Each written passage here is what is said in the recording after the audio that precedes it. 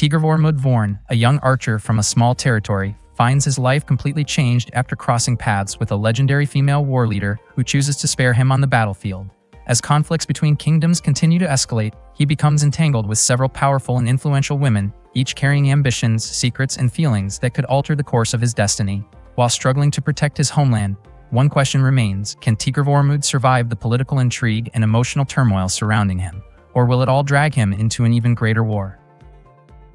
One day, Eleonora asked Tigr Vormund to surrender to her, and from that moment on, she considered Tigr Vormund to be under her command. After the war between the Kingdom of Brunn and the Kingdom of Jtid, Tigr Vormund of Brunn lost many of his comrades. He reflected on how harsh and unforgiving the battle had been. During the conflict, he witnessed the War Maiden skillfully defeating her opponents one after another. At that time, Tigr Vormund only had 5 arrows left. Before long, a soldier from Jtid rushed toward him. Reacting quickly, Tigr Vormund released an arrow, and the soldier immediately fell.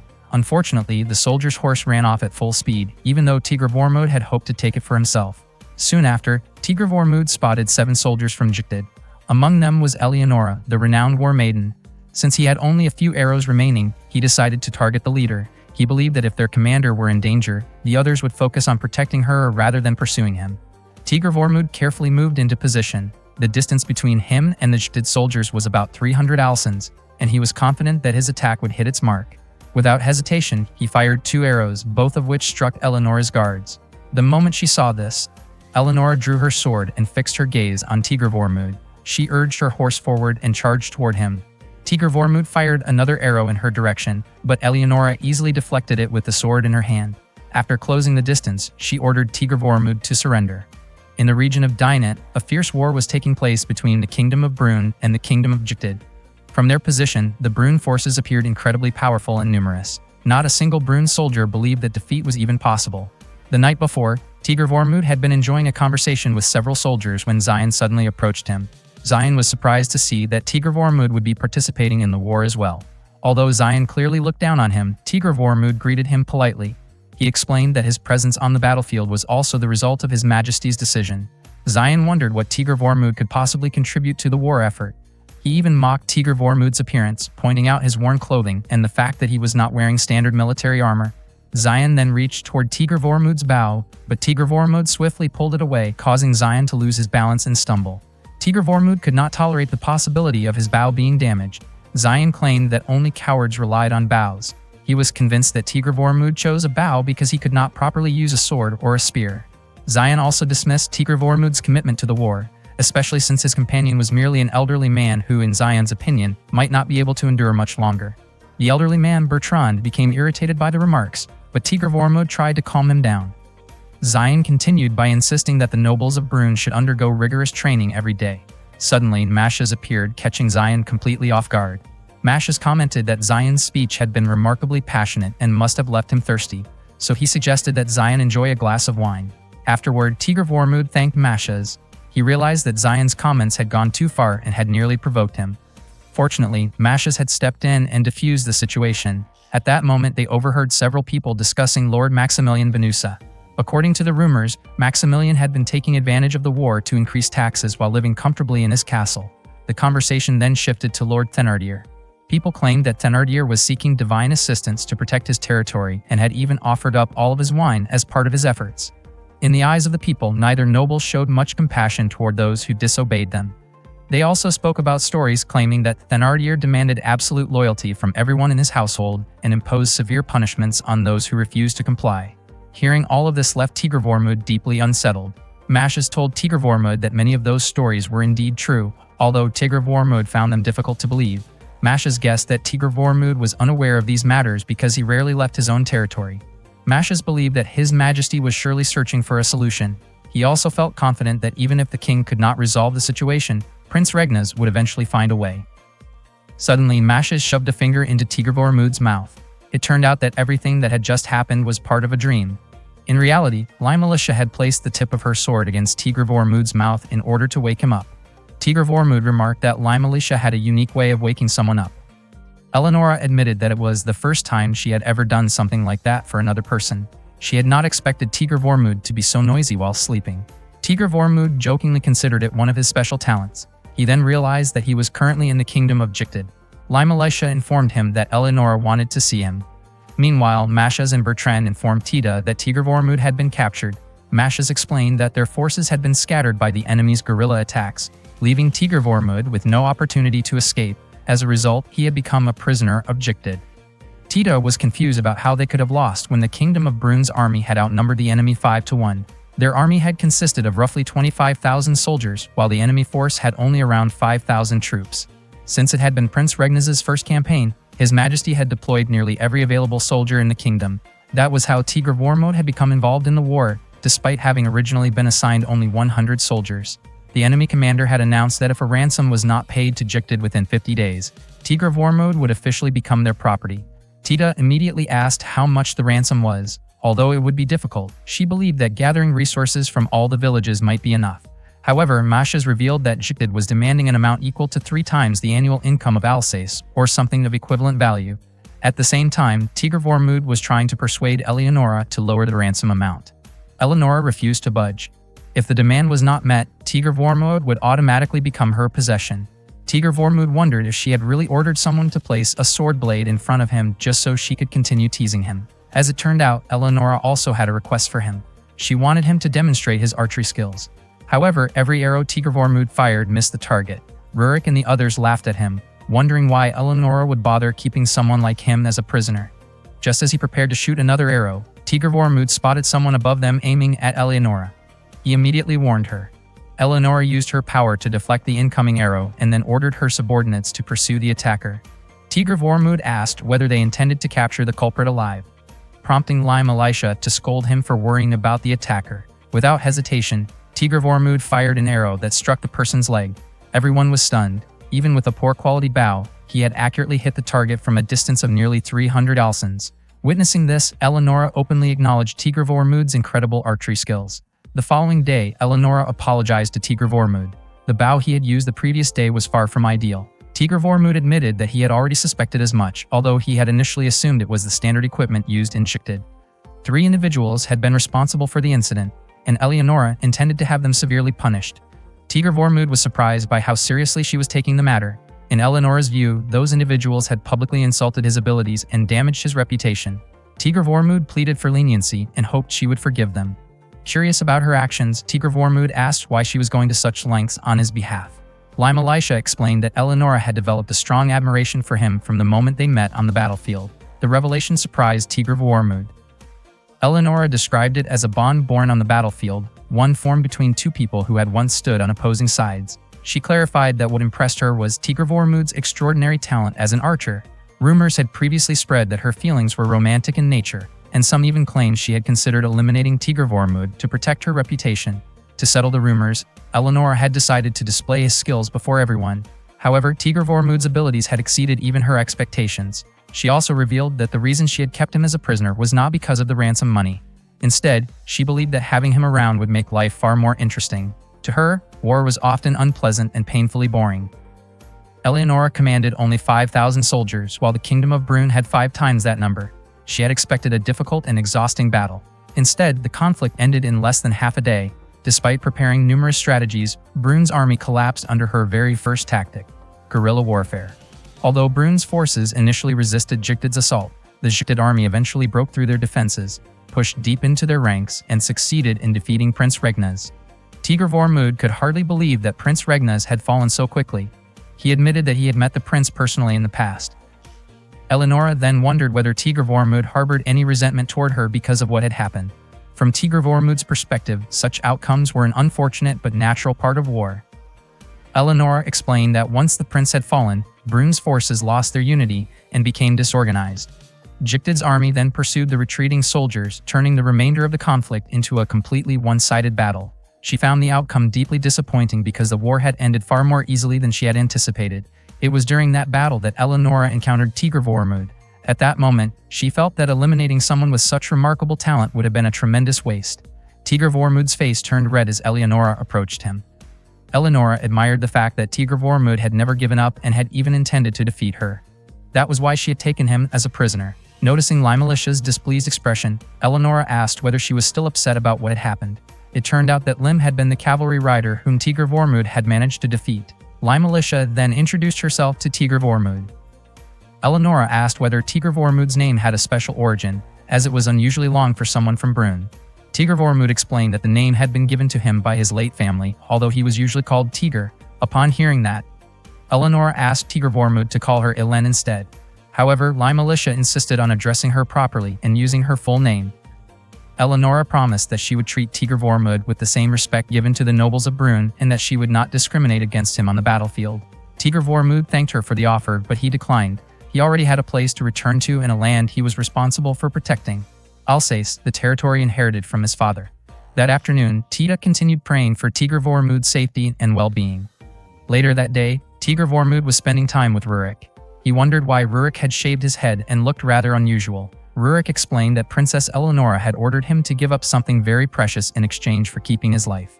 By all rights, he should have already passed away, but Tigr Vormud's kindness had given him another chance to live. Rurik was deeply grateful for that kindness.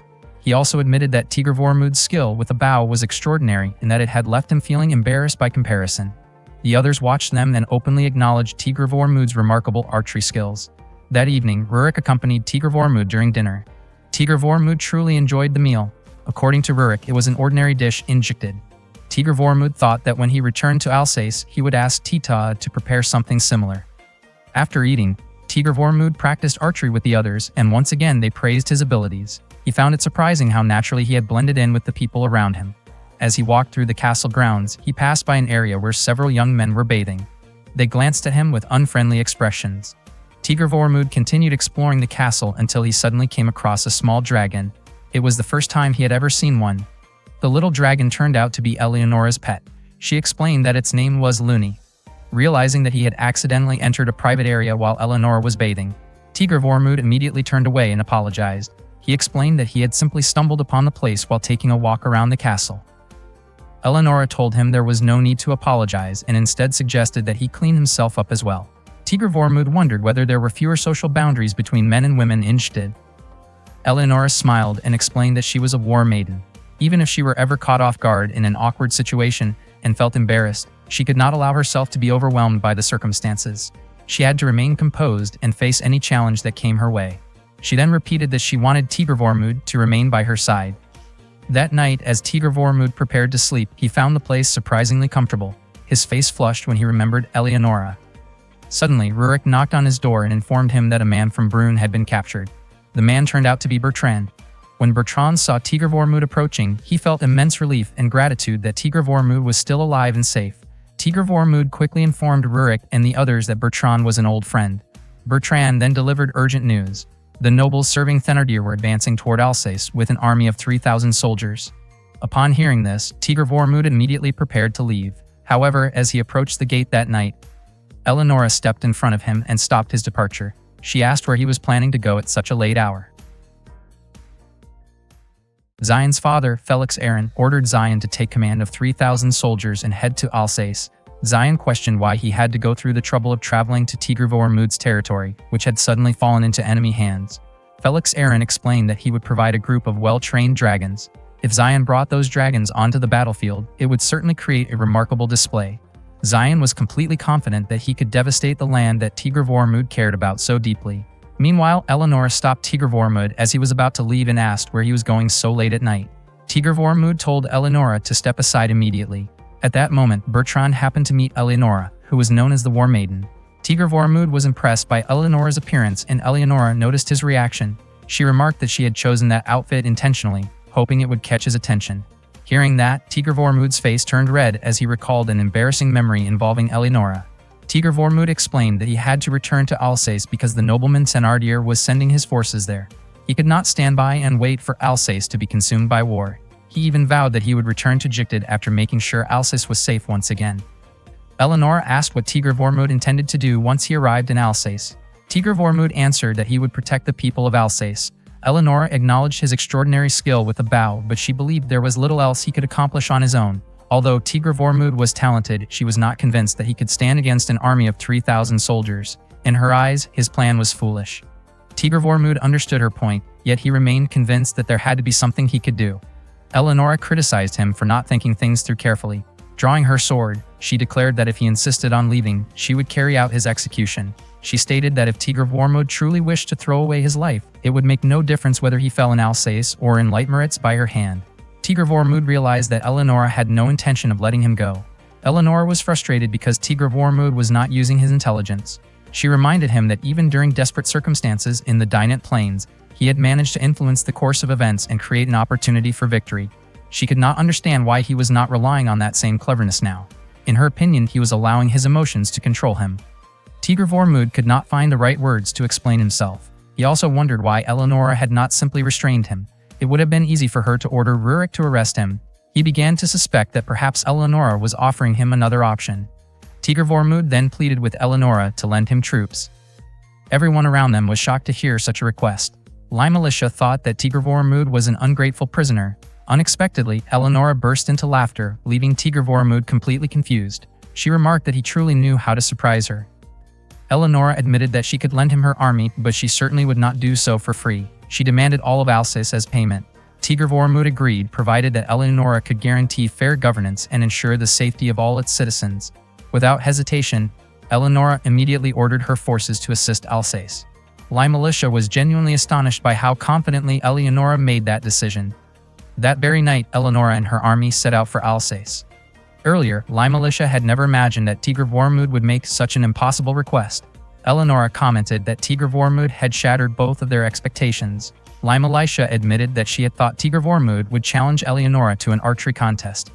Eleonora, on the other hand, had expected him to beg to become her subordinate. According to Lai Militia, considering the circumstances, both of them had lost their wager. Eleonora disagreed, saying that there was no such thing as a wager where both sides lost. Not long afterward, Tigr of Wormwood approached them. Eleonora asked whether he truly intended to continue wearing those clothes, especially when his position was now not much different from that of a military commander. Tigr of Wormwood replied that those were the only clothes he had. Suddenly, Lai Militia began fixing Tigr of Wormwood's hair, and Eleonora became interested enough to join in. When they finished, Tigr of Wormwood looked at Eleonora. She immediately asked whether he was captivated by her appearance and whether he had any compliments to offer. Tigr of Wormwood admitted that he had felt that way ever since they first met on the Dinant Plains. While they were on the way, Eleonora asked whether Tigr of Wormwood was truly confident they could win, considering their force numbered only 1,000 soldiers while the enemy had 3,000. Tigr of Wormwood remained confident because the enemy did not understand the Alsace region. None of Thénardier's people had visited Alsace recently, while he knew the area extremely well. Hearing that, Eleonora felt reassured, and both of them continued toward Alsace with renewed determination. The following morning, the forces sent by Lord Thénardier arrived in Alsace. Zion instructed his soldiers not to rush forward so that the residents could clearly see how impressive their army looked. He called out to the people, urging them to carefully consider whether they would stand with Thénardier or Ganelon. That was precisely why Felix Aaron had sent Zion to Alsace. In his view, with Prince Regnaz gone, no one remained capable of taking the throne. As a result, Brune now had only two possible leaders, Thénardier or Ganelon. Because of that, Felix Aaron believed he needed to act quickly. Alsace was considered strategically important. Even though it was located far from the capital, there was a strong possibility that Ganelon would attempt to seize it. One of Thénardier's nobles questioned whether Felix Aaron was certain about deploying 3,000 soldiers to such a small territory, especially since he had also sent 2 dragons. Felix Aaron replied that it was precisely because Alsace was a weak territory that they could not afford any hesitation. Furthermore, he wanted Zion to gain experience controlling the dragons. Meanwhile, Tita helped evacuate the residents to the mountains, forests, and temples where they could safely take shelter. Earlier, she had discussed the situation with Mashas and Bertrand. Mashas planned to negotiate with Ganelon, while Bertrand was asked to travel to Jicted because Tigr of Wormwood needed to learn about the situation as quickly as possible. Bertrand promised that he would bring Tigr of Wormwood back. Mashas asked Tita to assist the soldiers in guiding the residents to safe locations in the mountains, forests, and temples. He believed Thénardier would not dare raise a war banner against people seeking refuge in places of worship. Tita chose to remain in the main residence because she wanted to welcome Tigr of Wormwood when he returned home. As she waited there, memories from the past came back to her. On the morning before Tigr of Wormwood departed for the battle at Dinant Plain, he ate the breakfast Tita had prepared. While looking at the many bows around him, he remarked that they seemed surprisingly troublesome. Tita reminded him not to speak that way because those bows had belonged to his parents. Tigr of Wormwood admitted that was exactly why he continued to honor their memory. It had already been 2 years since his father's passing. Tigr of Wormwood confessed that he still did not feel worthy of being a lord, but he was grateful to have Bertrand, Tita, and many others supporting him. Tita found it strange that he was talking that way so early in the morning because he normally did not act like that. She asked him to behave as he usually did. At the same time, Bertrand informed the others that Tigre Vormund would soon come down and join the campaign. However, they jokingly assumed that Tita was probably still waking him up. Tita felt deeply worried about Tigre Vormund going to war, but he had no choice. The order had come directly from the king and applied to everyone in Brune. As the head of his territory, Tigre Vormund could not refuse. He reassured Tita not to worry. The Brune army was enormous, and the group from Alsace would mainly serve in a supporting role. Tigre Vormund confidently promised that he would return soon. After gently wiping the tears from Tita's cheeks, he departed. Tita could never forget that final memory before Tigre Vormund became a prisoner of the enemy. Even now, she continued waiting for him, firmly believing that he would eventually come home. Suddenly, Tita heard the soldiers of Thénardier damaging the residents' homes. In addition to causing destruction throughout the area, the troops were also looting property. Zion simply sat at a distance and watched the situation unfold. The residents who had taken shelter in the temple were frightened by everything happening around them. Zion had not expected Alsace to be such a small place. In fact, he was beginning to lose interest in launching an attack. He thought it might be interesting to use the dragons against Alsace, but he knew that acting recklessly could cost him dearly. Earlier, he had been warned that the dragons were not accustomed to populated areas. Because of that, he was forbidden from allowing them to enter the town. Zion felt that bringing the dragons along might have been pointless, but Felix Aaron insisted that the creatures served as a powerful warning to the people of Brune, encouraging them to submit to Thénardier's authority. At that moment, Zion was surprised when one of his soldiers reported that the town of Alsace was practically empty. Most of the residents had fled to the mountains and forests, while the rest had gathered inside the temples. Zion certainly had no intention of approaching the temples. If any harm came to those sacred places, Thénardier's forces could end up facing opposition from every temple throughout Brune. Zion became determined to destroy Tigre Vormund's residence. As soon as Tita heard the commotion downstairs, she hurried down, hoping to find the courage to face the situation. When she saw Zion force his way inside, she immediately confronted him and demanded that he leave the house at once. Zion remarked that Tigre Vormund's maid was just as powerless as her master. Tita burst into tears and shouted for Zion to leave the house. She insisted that the city of Alsace belonged to Tigre Vormund, and that someone like Zion had no right to bring trouble to it. Gathering all her courage, Tita tried to drive him away, but Zion approached her and slashed at her clothing with his sword, causing her to fall. As he continued advancing toward her, Tita quickly grabbed a knife from a nearby shelf. Tita attempted to strike Zion with the knife, but he easily deflected it with his sword. He damaged more of her clothing, leaving her feeling cornered and helpless. At that moment, all she could do was hope that Tigre Vormund would come to save her. Zion laughed and mocked the idea of a servant developing such strong feelings of loyalty toward her master. He suggested that Tigre Vormund might already have been sold into slavery since no one had paid a ransom for him. Zion even spoke of selling Tita as well, claiming that if fortune favored her, she might meet Tigre Vormund again under the same circumstances. Tita firmly declared that Tigre Vormund would definitely return. Zion then shoved Tita, causing her to fall again. Just as the situation grew even more threatening, an arrow suddenly struck Zion's palm. Blood flowed from the wound, and Zion screamed in shock and pain. Tigre Vormund called out to Tita and told her to jump down. Overwhelmed with relief at seeing him arrive, Tita leaped from the balcony. At that very moment, enemy soldiers attacked Tigre Vormund's horse. Rurik engaged the enemies, blocking Tigre Vormund's path, while Tigre Vormund jumped from his horse to catch Tita. At the same time, Eleonora used the power of the wind to assist them, allowing Tita to land safely. Confused by everything that had happened, Tigre Vormund asked what was going on. Eleonora commented that he had acted recklessly. She admitted that she had not intended to make either of them indebted to her, but if she had not intervened, both Tigre Vormund and Tita could have been seriously injured. It was then that Tigre Vormund learned that Eleonora's sword possessed the power to control the wind. Eleonora explained that the sword could only be wielded by a war maiden, and that its name was Arafar. As the wind blew around them, she remarked that Arafar seemed to have taken a liking to Tigre Vormund. Tigre Vormund explained that the person who had attacked Tita was Zion, the eldest son of the Thénardier family and the future heir to their house. Zion was also the leader of the invading force. Rurik immediately led the troops forward into battle. Tita cried with joy after seeing Tigre Vormund return safely.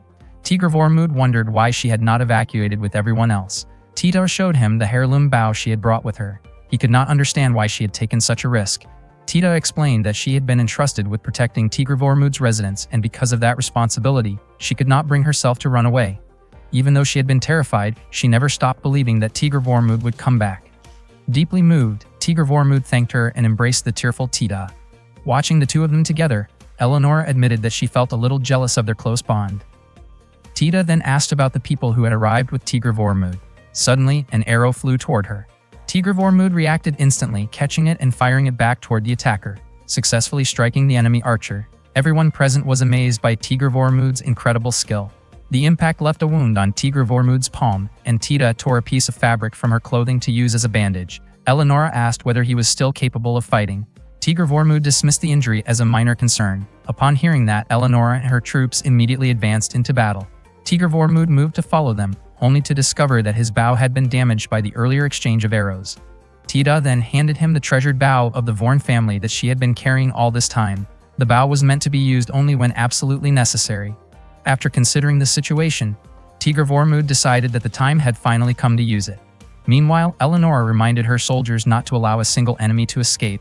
Bertrand could hardly believe that Tigr Vormud had finally taken up the legendary heirloom bow. The black bow, having endured through the ages, had at last returned to the battlefield alongside Tigr Vormud. Facing an enemy force of 3,000 soldiers with only 1,000 allies at his side, Tigr Vormud prepared for the battle ahead. The battle came to an end. Around 300 of Thénardier's soldiers had been defeated, while most of the enemy troops who escaped pursuit returned to their main base, likely to organize a new strategy. Zion managed to survive the battle. According to Eleonora, if the enemy force numbered 3,000 soldiers, Thénardier's army at that time consisted of approximately 2,700 troops. Lime Elisha explained that 100 of their soldiers had already been assigned to protect the city, leaving only 900 troops available for the battlefield. This meant that Eleonora's forces were still outnumbered by Thénardier's army. Eleonora asked Tigr Vormud how far the enemy forces had retreated. Tigr Vormud estimated that the enemy was likely positioned on the plains of Molsheim, since that location would allow them to maximize their combat effectiveness. Eleonora then decided to move quickly against the enemy forces and make them answer for their actions. Meanwhile, Thénardier's soldiers hurried to report to Zion that Jugdid's forces had launched an attack against them. Hearing this news, Zion was shocked and could not understand how Jugdid's army had become involved in the battle. He became increasingly frustrated and was convinced that Tigr Vormud was responsible for everything. Zion immediately assigned a reconnaissance unit to prevent Jugdid's forces from returning freely and to determine their exact numbers. He remained certain that Tigr Vormud had brought Jugdid's soldiers into Alsace.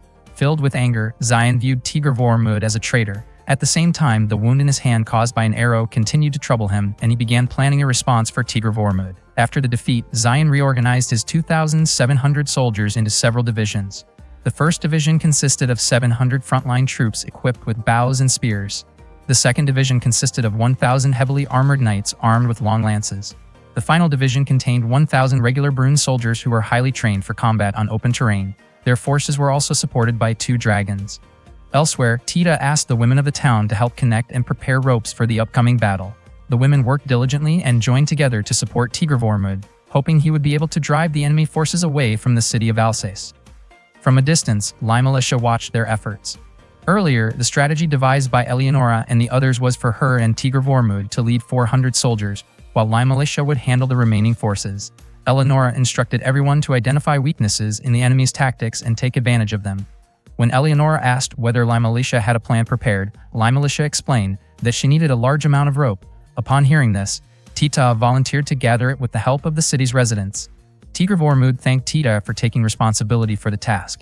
At that moment, Tita appeared nervous, but she gathered the courage to ask about the nature of Eleonora's relationship with Tigr Vormud. Eleonora responded with a smile and made it clear that Tigr Vormud belonged under her authority. Tita was stunned by the remark. Tigr Vormud explained that he had indeed been Eleonora's prisoner at the time, but Eleonora emphasized that according to the circumstances surrounding their arrangement, he was still considered hers. Tita then became determined not to give up and quickly left after expressing her resolve. Mashas found Tita's reaction amusing and laughed at her charming behavior. Tigr Vormud later asked what would be done with the horses they had captured from the enemy. Lime Elisha explained that they would be sent to the city of Celesta. Tigr Vormud then proposed another interesting idea, which Lime Elisha admitted was a very promising plan. The soldiers began preparing for battle. Bertrand carried numerous bags filled with arrows that Tigr Vormud would use. He remarked that carrying so much equipment made it difficult for him to wield his sword effectively. Tigr Vormud reassured him that as long as Bertrand remained behind him and Eleonora, they would do everything possible to keep him safe from danger. Eleonora also declared that as long as she remained standing, she would not allow Tigr Vormud to be harmed. To launch a counteroffensive against Thénardier's army, 400 Jugdid soldiers assembled at the front lines. Their commanders were Eleonora and Tigr Vormud. Before long, the two sides were about to face each other in battle. Before it began, Eleonora asked whether Tigr Vormud felt afraid. He did not deny it, but he had no intention of accepting defeat. As soon as the battle started, Eleonora led her troops forward and launched the attack. The Thenardier soldiers fired a volley of arrows, while their spearmen prepared to meet the advancing Jtid forces. Eleonora swung Arifar, creating a powerful gust that deflected the incoming arrows. At the same time, Tigr Vormud released 3 arrows at once toward the enemy archers. Seeing how accurate his attack was, Eleonora praised Tigr Vormud's remarkable skill. Tigr Vormud was surprised to hear such praise from her. Eleonora continued advancing, skillfully cutting through the enemy's spear formations. She moved across the battlefield with incredible speed, overcoming every opponent who stood in her way. Tigr Vormud could not help but admire Eleonora's reputation as the maiden of the battlefield. Watching her fight only strengthened his belief that their army would emerge victorious. Filled with determination, Eleonora and her troops pressed forward against the enemy. During the battle, Bertrand efficiently supplied Tigr Vormud with additional arrows. Just as they succeeded in forcing the enemy lines to retreat, they suddenly found themselves facing an enormous dragon. Eleonora was shocked to discover that the enemy had brought a tamed dragon onto the battlefield. The Thenardier forces cleared a path for the dragon and moved to surround their opponents from both flanks. The Jtid soldiers struggled to avoid the massive creature as it pushed through the battlefield. Those who came too close were easily knocked aside by its overwhelming size. Tigr Vormud quickly fired an arrow toward the dragon's eye, but to his surprise, the creature's defenses were far stronger than expected. Zion laughed as he watched Tigr Vormud's forces become trapped. He was convinced that Tigr Vormud's army would soon be crushed under the dragon's advance. However, before long, reinforcements from Jtid arrived and launched an assault on the left flank of the Thenardier army. These reinforcements were led by Limalisha and Rurik. The 400 soldiers under Limalisha's command separated from the main force and moved independently to weaken the defenses of Thenardier's Knight Corps. In an instant, the enemy's attention was divided, creating an opportunity for Eleonora to step forward and confront the dragon on her own. She had never expected the enemy to deploy a dragon, so she decided to respond by revealing one of her ultimate techniques. Raising her sword, she created a powerful whirlwind known as Lay Admos. Designed specifically to bring down massive targets, the technique unleashed an overwhelming force. As it struck the dragon, the armor covering its body was torn away piece by piece, and the creature was defeated almost instantly. Tigr Vormud could hardly believe what he had just witnessed. Eleonora explained that it was the first time she had shown that technique to him. Because of its tremendous destructive power, she had always been careful about when and where to use it. Not long afterward, additional enemy reinforcements arrived, prompting Limalisha to order a retreat. Zion responded by dispatching 400 soldiers from his main force and forming a new unit. Limalisha led her troops toward a nearby hill. When the Thenardier forces pursued them, she signaled her soldiers to pull a series of ropes that had been prepared in advance. In an instant, many of the pursuing soldiers lost their footing. At that very moment, Limalisha's troops turned around and launched a counterattack. In her view, the Thenardier soldiers had become so focused on chasing their opponents that they failed to pay attention to their surroundings. Looking at the preparations that had been made, Limalisha realized that without the support and goodwill of the local people, gathering so many ropes would have been difficult. She began to understand just how highly respected Tigr Vormud was among his people. As the battle continued, Eleonora informed her forces that the time had come to push the enemy back. Meanwhile, one of Thenardier's soldiers reported to Zion that approximately 2,000 enemy troops appeared to be approaching. Their own army had been reduced to only 600 soldiers. Zion was baffled, wondering where Tigr Vormud had managed to find such a large force. One of his subordinates suggested deploying the Sky Dragon, but Zion immediately rejected the idea. He had already lost the Earth Dragon, and if the Sky Dragon were also defeated, he knew his father would be furious. Zion desperately searched for a way to end the battle in his favor. Eventually, he decided to withdraw his second division. His subordinate could not understand the decision. From his perspective, if the knights could hold their ground a little longer, they might still break through the enemy's defenses. Despite the objections, Zion firmly stood by his order. What Zion failed to realize was that the approaching force actually consisted of fewer than 100 soldiers. However, they were accompanied by 2,000 horses. Taking advantage of the fading sunlight at sunset, Tigr Vormud had created the illusion of a massive army. The knights were confused by Zion's order to retreat, especially when victory seemed within reach. Yet once the Knight Corps withdrew, the Jtid soldiers seized the opportunity. They broke through the weakened defenses and advanced toward Thenardier's main force. Zion had not expected events to unfold this way. Even so, he refused to accept defeat at the hands of Tigr Vormud. Before long, Tigr Vormud and his army had drawn near. Tigr Vormud had no intention of letting Zion escape after all the destruction he had caused in the city of Alsaka. Zion called Tigr Vormud a fool for betraying his country and seeking help from Jtid. He claimed that the hunter's blood running through Tigr Vormud's lineage was truly corrupted. Tigr Vormud responded that Zion was the one responsible for the suffering of innocent people. He had burned their homes and carried out widespread looting, making him nothing more than a thief. Zion showed no concern for the people, believing that they were no different from wild grass and not worth considering. Eleonora was genuinely disgusted by Zion's words. Tigr Vormund could not understand Zion's way of thinking and admitted that he was fighting solely to answer for the terrible things Zion had done within his territory. He could never forgive Zion for causing the people of Alsace to suffer. Unexpectedly, Zion proposed settling the war through a duel. Eleonora could hardly believe that Zion had truly lost his senses. Tigr Vormund immediately stepped forward, and although Eleonora could not understand his decision, she realized that this was Tigr Vormund's battle and that she had to let him face it himself. Zion told Tigr Vormund to borrow a sword or a spear, but Tigr Vormund replied that the bow was his weapon of choice. Zion doubted him, convinced that a bow could never be useful in a duel. Tigr Vormund fired an arrow toward Zion, but Zion easily blocked it with the armor protecting his arm. Tigr Vormund tried again, and once more Zion defended himself without difficulty. Zion laughed and claimed that no matter how many times Tigr Vormund tried, he would never succeed. Tigr Vormund continued firing arrows, which only irritated Zion further. Zion looked down on him, believing that anyone who entered a duel armed only with a bow would be doomed to fail on the battlefield. Zion then advanced, intending to bring the conflict to an end, while Tigr Vormund continued firing. This time, one of Tigr Vormund's arrows managed to pierce the protective guard on Zion's arm. Zion cried out in pain and dropped his sword. The arrow had struck his arm, leaving him unable to ignore the injury. Eleonora openly praised Tigr Vormund's incredible accuracy, amazed that he had repeatedly hit the same point on a moving target. She described Tigr Vormund as a truly remarkable man. The Thenardier forces immediately moved forward to assist Zion, while Eleonora and the Jadid soldiers rushed in to protect Tigr Vormund. Soon, both armies were engaged in battle once again. Eleonora smiled at Tigr Vormund and admitted that she had never expected the outcome to unfold this way. Suddenly, a powerful gust of wind swept through the area.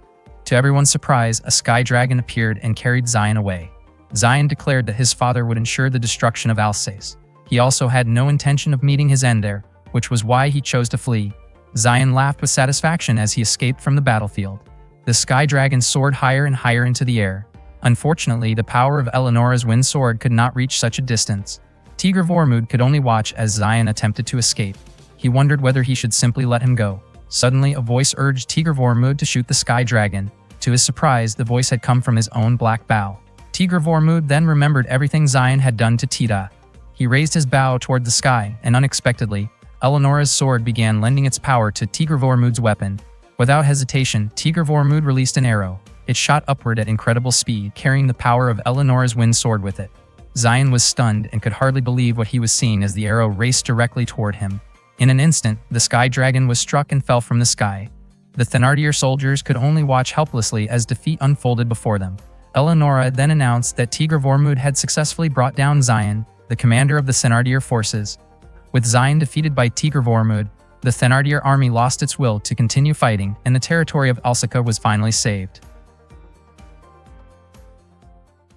One morning, Tita finished preparing breakfast. She still could not believe that Tigr Vormund had finally returned home. She headed to his room to wake him up. To her surprise, when she opened the door, she found Eleonora leaning over Tigr Vormund while holding her sword near his face, as part of her unusual way of waking him up. Startled by the sight, Tita let out a loud cry. Tita could hardly believe that Eleonora would wake Tigr Vormund in such a manner. She became concerned that he might accidentally get hurt. Eleonora casually explained that Limalicia usually woke Tigr Vormund in a similar way. Wanting to avoid making a bigger issue out of it, Tigr Vormund asked Tita to let the matter go and instead wondered why Eleonora had come to his house so early in the morning. Eleonora explained that she was preparing to return to Jugtid and wanted to know what Tigr Vormund planned to do afterward. Eleonora met with Limalicia and informed her that she would return as soon as the royal army accepted her report. While Eleonora was still thinking about several remaining matters, Limalicia assured her that Rurik had already taken care of everything. Limalicia could not understand why Eleonora trusted Tigr Vormund so much. Eleonora explained that Tigr Vormund possessed abilities that were impossible to ignore, and for some reason, she simply could not dislike him. She wondered if Limalicia felt the same way. Although Limalicia could not completely deny it, those feelings alone were not enough for her to place full trust in Tigr Vormund. Eleonora understood her perspective and entrusted Tigr Vormund's well-being to Limalicia before departing. Meanwhile, Tigr Vormund noticed that Tita was dressed differently than usual. Tita explained that she wanted to accompany him to Hunaware village and had even prepared food for the trip. Tigr Vormund reminded her that he was going there to inspect the situation, not for a leisurely outing. However, Tita continued pleading to join him. In the end, Tigr Vormund agreed. He knew that Tita had gone through difficult experiences while he had been away, and he did not want to leave her behind again. Tita was overjoyed by his decision to let her accompany him to Hunaware village. The peace that currently covered Alsika had only been made possible because Thenardier's and Ganelon's forces had withdrawn. However, everyone understood that such peace would not last forever. Elsewhere, Felix Aaron was furious after Ganelon ordered a retreat upon learning that Thenardier's army had been driven back. As a result, Felix Aaron devised a new plan. He intended to send Suresh, a notorious guild of highly skilled assassins, to eliminate Tigr Vormund. As for Eleonora, Felix Aaron planned to pit one war maiden against another. At the same time, Tigr Vormund and Tita arrived at Hunaware village. Tigr Vormund felt relieved to see that the villagers were safe and unharmed. The villagers expressed their gratitude to him.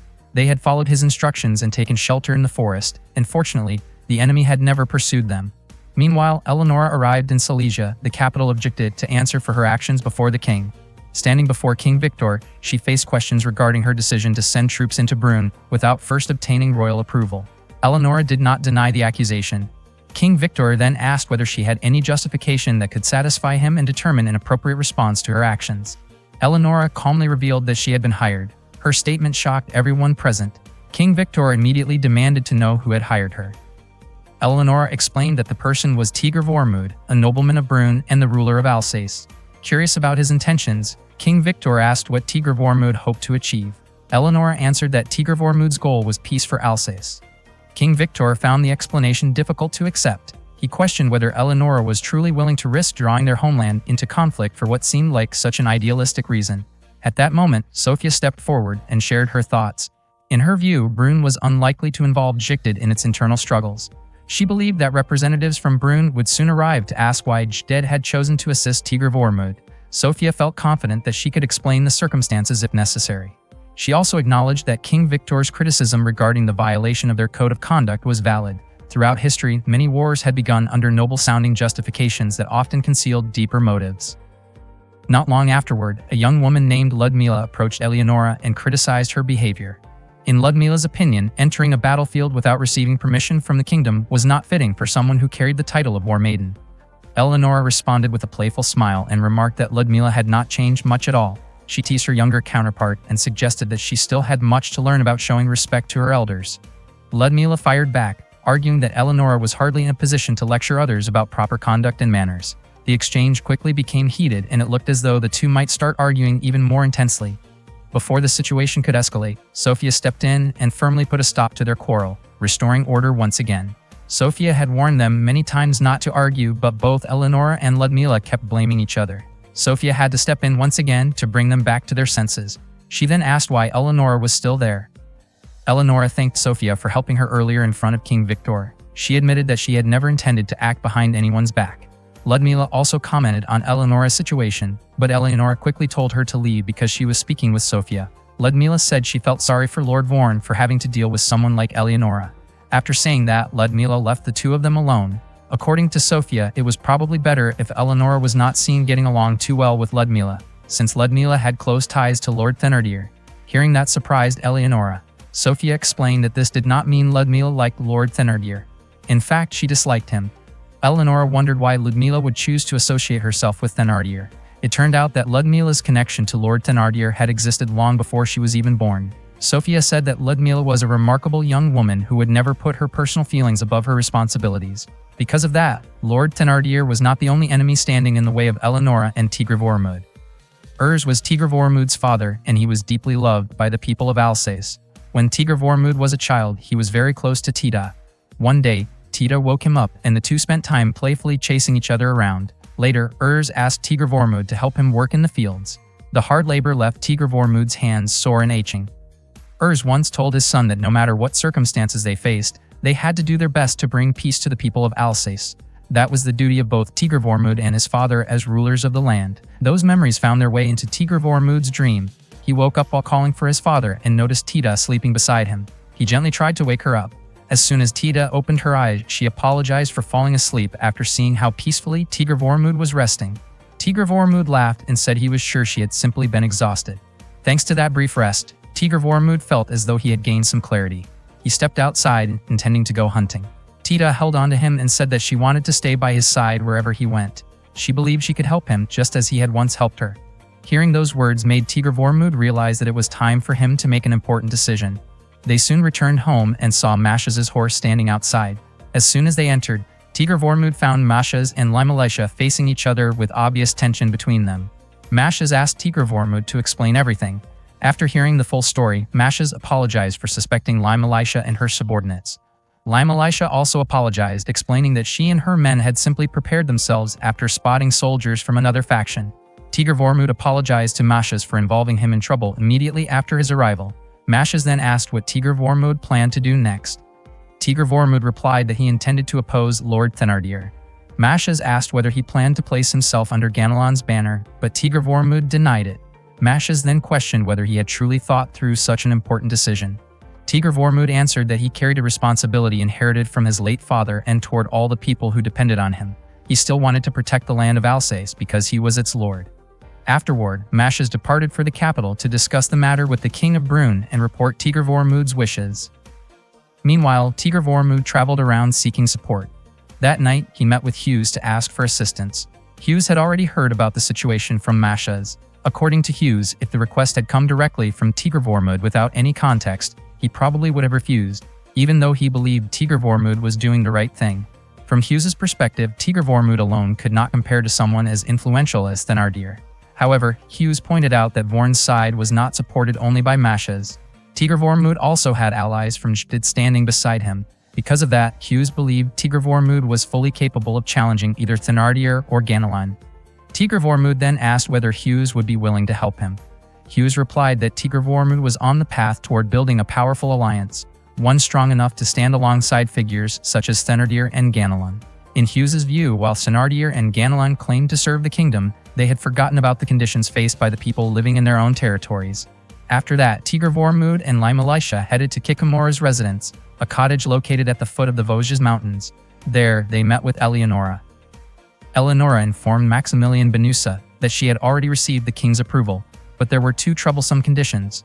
If Eleonora successfully secured Alsace, she would have to hand over the entire region to the kingdom, meaning Alsace would become confiscated territory.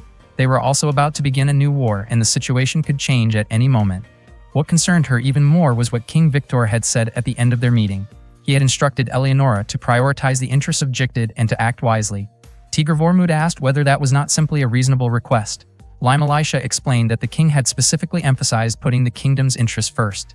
For example, if someone from Thenardier's side could persuade Jtid to support their faction, there was little doubt that Jtid would become involved in the conflict. Tigr Vormund was surprised and asked whether Eleonora and Limalisha truly believed that was possible. Eleonora replied that King Victor had explained that such an approach was the proper way to ensure everything proceeded smoothly. To King Victor, it was not particularly important who won the war. What mattered was whether the outcome benefited the kingdom. If it did, the kingdom would support that direction. Not long afterward, a knock was heard at the door and Limalisha went to check. According to Eleonora, it would be a mistake to assume that the nobles of Jtid would remain inactive. Everyone in her country acted according to the king's will. Beneath the king were the 7 war maidens, and below them were the nobles of Jtid. The problem was that not all of the war maidens were supporting them, nor were all of them opposing them. At the moment, Eleonora only had difficulties with one of them. She described that person as a very talkative woman who lacked proper manners. Suddenly, Ludmila arrived and immediately objected to Eleonora's remarks. Eleonora wondered why Limalisha had allowed Ludmila to enter the place. Limalisha admitted that she did not have the authority to oppose the wishes of a war maiden. Ludmila introduced herself as a war maiden of Jtid who carried the noble title associated with the spear capable of piercing anything. Tigr Vormund introduced himself as well and attempted to shake her hand, but Eleonora firmly pointed out that Ludmila was not their guest. Ludmila was pleased that her trip to meet Tigr Vormund had not been in vain. She invited him to speak somewhere else. Tigr Vormund and Ludmila stepped outside, though Eleonora and Limalisha continued to follow them. Ludmila informed Tigr Vormund that Thenardier's forces and his allies were receiving considerable support from outside Brünn, and she herself was one of those supporters. She believed Tigr Vormund had little chance of achieving victory. Before long, they discovered signs of a trap. Limalisha became convinced that they were surrounded by assassins. Eleonora believed the assassins were targeting Tigr Vormund because, if he were eliminated, Lord Thenardier would certainly celebrate the opportunity. In that case, Thenardier could potentially drive Eleonora out of Brünn. Moments later, an arrow shot through the air. Fortunately, Tigr Vormund managed to avoid it. The archer revealed himself and fired another arrow, but Eleonora easily deflected the attack. Tigr Vormund successfully subdued one of the attackers. They were Serash operatives acting under the orders of Lord Thenardier. Lai Militia managed to defeat one of the Serash members, but she was unable to avoid a snake that bit her in the chest area. Eleonora immediately cut the snake down. Lai Militia's strength quickly faded, and she collapsed. Tigr Vormund reacted swiftly and caught her before she hit the ground. He then provided first aid and removed the snake's venom from the wound. Eleonora appeared visibly worried. Suddenly, a larger group of Serash operatives approached. Seeing the danger, Ludmila unleashed her ice powers and neutralized the entire group in an instant. Tigr Vormund was amazed by Ludmila's strength. Ludmila could not understand how Eleonora had become so unsettled by the situation. In her opinion, Eleonora's reaction was not what one would expect from a war maiden. Ludmila then left to find a physician, saying that they would meet again in Rodnik. Tigr Vormund thanked her for saving all of them. He also reassured Eleonora that there was no need to worry, and together they continued their journey. On that day, Lai Militia and Eleonora were relaxing together in a hot spring. Eleonora felt relieved knowing that Lai Militia was safe and unharmed. Lai Militia admitted that she had survived thanks to Eleonora and the others. Eleonora said that she was actually a little frustrated because she now owed Ludmila a favor. She also mentioned that Tigr Vormund's actions during the incident had been quite impressive, while she herself had only been able to panic in the situation. Because of that, Eleonora intended to give Tigr Vormund a reward. Meanwhile, Tigr Vormund was about to enjoy the hot spring as well. He was surprised to find Ludmila already there. The unexpected encounter immediately caught him off guard. Ludmila approached him and pointed her weapon in his direction. Tigr Vormund asked whether she was not uncomfortable being seen in such a situation. Ludmila replied that she regarded him no differently than a pet and realized that he had not entered on purpose. Tigr Vormund admitted that it had been a complete accident and apologized for entering without knowing someone was already there. Even after his apology, Ludmila still expressed her displeasure by giving him a harsh reprimand. After they finished bathing, Tigr Vormund walked around with Eleonora, Lai Militia, and Ludmila. Eleonora asked how his visit to the hot spring had gone. Tigr Vormund immediately suspected that she might have been the one who had arranged the earlier incident involving Ludmila. As they passed several food stalls, Ludmila claimed that she had no interest in trying food sold by roadside vendors. Unfortunately, she was genuinely hungry at the time. Eleonora deliberately ate her meal with great enthusiasm just to tease her. Lai Militia noticed that Eleonora was not acting very maturely. Ludmila became visibly annoyed by Eleonora's behavior. A short while later, Tigr Vormund offered some food to Ludmila and encouraged her to try it. At first she refused. However, Tigr Vormund explained that the food was meant as an apology for what had happened earlier. Ludmila eventually accepted it as a sign that she appreciated his sincerity, especially since she already knew who had been responsible for the entire situation. She ended up enjoying the food very much. Seeing that, Eleonora immediately scolded Tigr Vormund. She wondered why he was being so kind to Ludmila. Their argument quickly attracted the attention of nearby people, causing Eleonora to feel somewhat embarrassed. Ludmila commented that Tigr Vormund was indeed a good man. However, she believed that he was too deeply influenced by Eleonora, which made her lose interest in him as a person worth further attention. Eleonora responded that Ludmila's view of both her and Tigr Vormund was amusing. She believed that what Ludmila really meant was that she could not see Tigr Vormund's true potential. Shortly afterward, Ludmila left them behind. Eleonora then asked Lai Militia to strengthen their defenses as soon as they arrived in Leitmeritz. Lai Militia wondered whether Ludmila was planning to take action against them. As it turned out, Eleonora's suspicion was correct. Ludmila had already moved her forces to the border of Leitmeritz. Because of this, Eleonora found herself caught between the forces of Count Thenardier and Ludmila, exactly as Thenardier had hoped. He wanted additional pressure placed on Eleonora. According to Eleonora, the enemy's troop deployment was far more intelligent than Zion's. Tigr Vormund asked whether she intended to fight Ludmila. Eleonora replied that Ludmila might actually want such a confrontation more than she appeared to.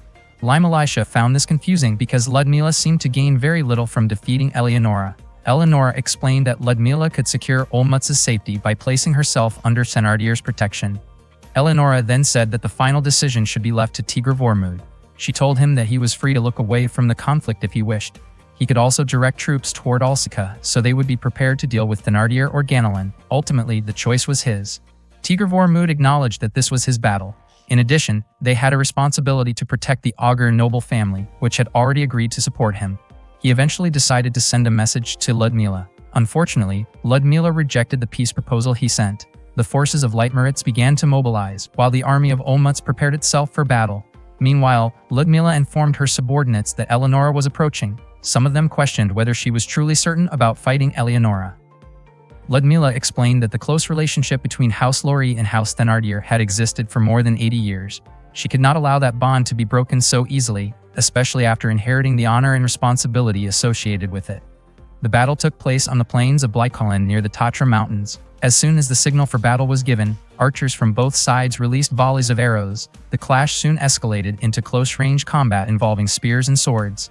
Tigr Vormund focused on shooting the enemy forces in front of him. Even though the soldiers of Olmutz wore heavy armor, he was still able to guide his arrows with remarkable precision and strike vulnerable areas. His skill and strength as an archer were truly extraordinary. In the end, the first engagement concluded without a decisive outcome.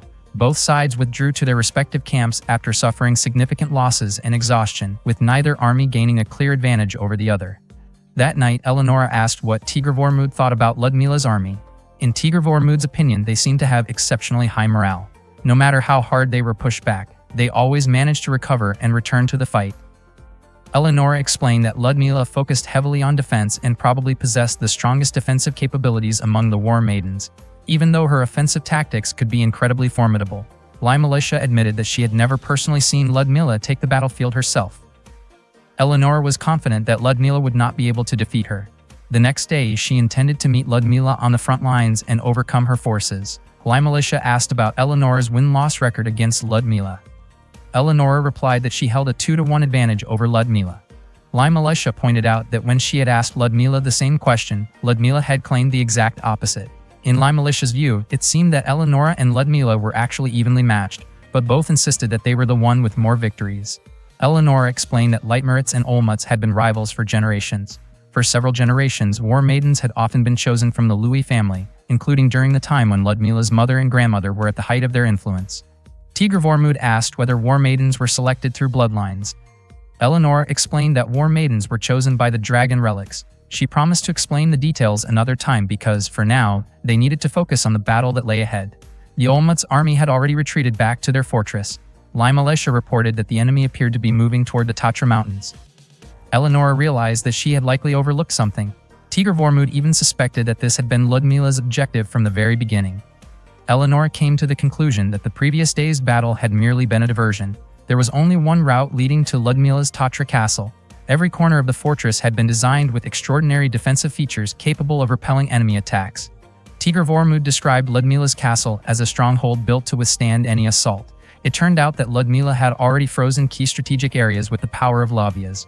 The castle's elevated position gave it a major advantage over any possible approach routes used by attackers. Eleonora was certain that even her predecessors must have struggled when dealing with that fortress. Nevertheless, she remained confident that victory would ultimately be hers. Once the battle began, the situation quickly turned unfavorable for the Leitmeritz army. Their forces were steadily pushed back, and the war gradually shifted in favor of Olmutz. That night, Eleonora refused to accept the situation. If things continued this way, the enemy would gain complete control of the battlefield. She believed that the freezing temperatures were reducing the combat effectiveness of the Leitmeritz soldiers. Eleonora planned to use Arifel to fly over the battlefield, enter the castle from above, and launch a direct attack from within. Limelisha immediately asked Tigr Vormund to convince Eleonora to reconsider because the plan was far too risky. Eleonora asked Tigr Vormund to trust her, reminding him that she was his ruler and that he should follow her orders. Tigr Vormund admitted that he valued Eleonora greatly, but he did not want her taking such reckless risks again. Eleonora then asked whether she was truly that important to him. Tigr Vormund remained silent because above all else, Alsace was what mattered most to him. Eleonora laughed and remarked that Tigr Vormund truly loved his homeland. She did not take offense because, in her eyes, both Alsace and Tigr Vormund belonged under her protection. She jokingly commented that if Tigr Vormund had mentioned another woman instead, she might have reacted far less kindly. She appreciated his thoughtful answer and was pleased to hear it. Afterward, Eleonora asked Tigr Vormund to come up with another solution. Tigr Vormund then presented a single request. The following day, Tigr Vormund walked through the snow wearing a bearskin outfit. Earlier, Limelisha had provided the bearskin because she had heard that such clothing was commonly used by hunters. Wearing it would help avoid attracting suspicion from the enemy. Eleonora questioned whether the idea would actually work. Tigr Vormund assured her that he could create an opportunity for her to launch an attack. Eventually, Tigr Vormund ran low on supplies and used his bow to hunt an animal that passed nearby. Before long, Ludmila appeared. She asked the person dressed in bearskin whether he was the one who had shot the animal. Tigr Vormund calmly retrieved his arrow from the animal and asked whether Ludmila felt cold in the harsh weather. Ludmila replied that she was different from ordinary people and therefore had no trouble enduring the cold. She still seemed doubtful that the person in the bearskin costume had truly been the one who made the shot. In response, Tigr Vormund demonstrated his skill by firing an arrow at a distant snow-covered tree. After witnessing his remarkable accuracy, Ludmila apologized for doubting him. Tigr Vormund could not help being surprised that Ludmila was willing to admit her mistakes so honestly. They continued talking while preparing the game they had hunted. Ludmila wondered why the man refused to remove his bearskin clothing, since the cold of the snowy mountains should not have affected anyone standing near her. Tigr Vormund explained that his village had a tradition that forbade hunters from removing their bearskins while they were in the mountains. Introducing himself as Urs, Tigr Vormund listened as Ludmila overlooked his earlier lack of manners after witnessing his remarkable abilities. Impressed by his skills, she expressed interest in having him work for her, believing that someone with such talent would be a valuable ally. Tigr Vormund explained that he had come from a distant land and had every intention of returning to his homeland someday. He also wondered whether Ludmila suspected him of being a spy. In her view, however, it would not have been surprising for hunters or travelers to find their way to that remote area.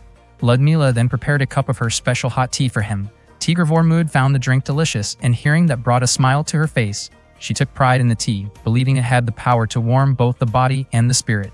Tigr Vormund found himself surprised by how naturally she smiled. Curious about why Ludmila was alone, Tigr Vormund asked about her situation. She explained that she simply needed some time to clear her mind. In response, he shared a lesson from an old tale about a hole and a tree, suggesting that whatever troubled her heart, she should remember the wisdom hidden within that story. Ludmila began to feel that the man before her was genuinely kind. She went on to explain that when she became a war maiden, she had already accepted the responsibilities that came with the position. Even though she was not serving her own homeland, she still had to endure working alongside people she did not particularly like. To preserve her dignity and fulfill her duties, she often set aside her personal feelings. After their conversation came to an end, Ludmila prepared to leave. She assured him that she would remember their meeting and even invited him to visit her again if the opportunity arose. Once she was gone, Tigr Vormund resumed following the trail she had left behind. He knew that if the sun set before he found his way, tracking the footprints would become much more difficult. Eventually, his efforts paid off and he discovered a route leading to Tatra Castle. The following day, the soldiers of Leitmeritz advanced along the path Tigr Vormund had uncovered. The defenses in that area appeared relatively light, making it seem possible to break through. However, the situation had changed from what Tigr Vormund had previously reported. It seemed that Ludmila had become more cautious after her encounter with him. Tigr Vormund wondered whether Eleonora intended to retreat, but she immediately dismissed the idea. She believed their enemies would only grow more confident if they withdrew. Without hesitation, Eleonora rushed toward the gate and unleashed the power of Lay Admos through Arifol. Unfortunately, the attack failed to break the gate. To her surprise, enemy archers had already prepared their positions and were ready to strike. Seeing the danger, Tigr Vormund stepped forward and pulled Eleonora back. She was puzzled by his actions, believing that one more attack might have been enough to destroy the gate. Tigr Vormund pointed out that she would have become an easy target for the archers. Realizing the risk, Eleonora reconsidered the situation. Tigr Vormund suspected that the enemy forces had already become aware of their presence. Calling upon Arifol, he asked to borrow its power once more. Arifol answered his request, granting him tremendous strength. With their resolve renewed, Tigr Vormund and Eleonora prepared for another assault. Drawing his bow, Tigr Vormund channeled the immense power provided by Arifol. When he released the arrow, the attack struck with incredible force and shattered the castle gate. Seizing the opportunity, Eleonora immediately ordered her troops to storm Tatra Castle together. Inside the castle, Ludmila could hardly believe that the gate had been destroyed. The sight filled her with intense determination as she prepared for the confrontation ahead. Meanwhile, Eleonora, Tigr Vormund, and their soldiers pressed forward against the defenders standing before them. As night fell, the flames of battle spread throughout Tatra Castle, and the long-awaited clash between the war maidens drew ever closer. That night, the battle between the armies of Leitmeritz and Olmutz continued. Eleonora courageously faced the enemies standing before her. Before long, Tigr Vormund successfully brought down an archer who had been aiming at Eleonora. In response, Eleonora smiled in his direction. Ludmila then appeared and was surprised that Eleonora had the courage to launch an attack. She asked whether Eleonora intended to display such a lack of elegance while facing her. Eleonora admitted that she was grateful for Ludmila's help some time ago and acknowledged that she owed her a debt of gratitude. She believed that she would gladly repay that favor in the future. The two women soon engaged in battle. Ludmila unleashed Klelo Zamkafa, freezing the surrounding area with its power. Eleonora answered with Arifar, empowered by Lay Admos, clearing away everything that stood in her path. Ludmila quickly leaped aside to avoid the attack. Eleonora asked how it felt to be looked down upon by someone she had always underestimated. The clash between Ludmila and Eleonora was truly remarkable. The powers of Lavias and Arifar were so impressive that everyone watching could only stare in amazement. Both warriors suffered the effects of each other's attacks.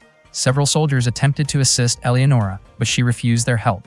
She was convinced that her battle with Ludmila would soon reach its conclusion and that there was no need for anyone else to intervene. Ludmila agreed that it was time to settle the fight.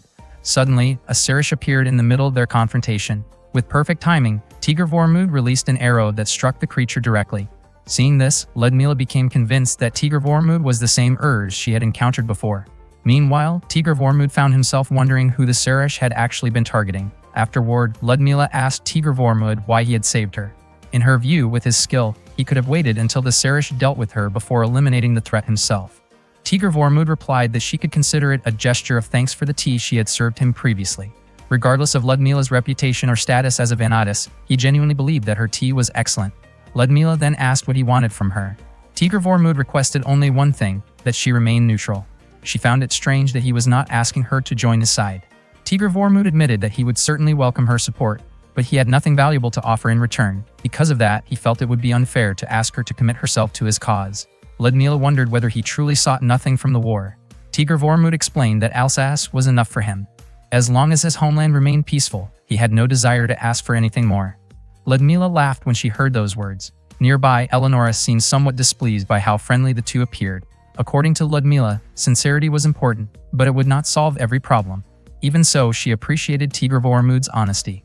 Ludmila then declared that from that day forward, she would no longer support the noble Thenardier in Brun's civil war. The soldiers were astonished by her decision. Tigr Vormud expressed his gratitude. After formally announcing her neutrality, Ludmila chose to withdraw from the conflict. Eleonora also stopped concerning herself with Ludmila's territory. As a result, their attention became fully focused on the struggle against Thenardier. Elsewhere, Thenardier had already prepared a new strategy. By making use of Brun's king, he arranged for a knight to be dispatched. That knight was Roland, the legendary Black Knight of Brun and the wielder of the holy sword Durandal. Since becoming commander of the Navarre forces, Roland had ensured that Brun's western border remained completely secure. One day, a royal order arrived for Roland. The king's command was clear: eliminate the rebel known as Tigr Vormud, the Lord of Alsace. A month after the battle at Olmutz, Tigr Vormud returned to Brun accompanied by 5,000 Jdid soldiers. Hughes was deeply grateful to Tigr Vormud. He believed that if Tigr Vormud had chosen to dominate the conflict at Olmutz, his own territory would have been placed in danger. As a sign of appreciation, Hughes assigned many of his soldiers to assist Tigr Vormud. Although Hughes admitted that his troops were not particularly strong, they were numerous, and he hoped they would prove useful.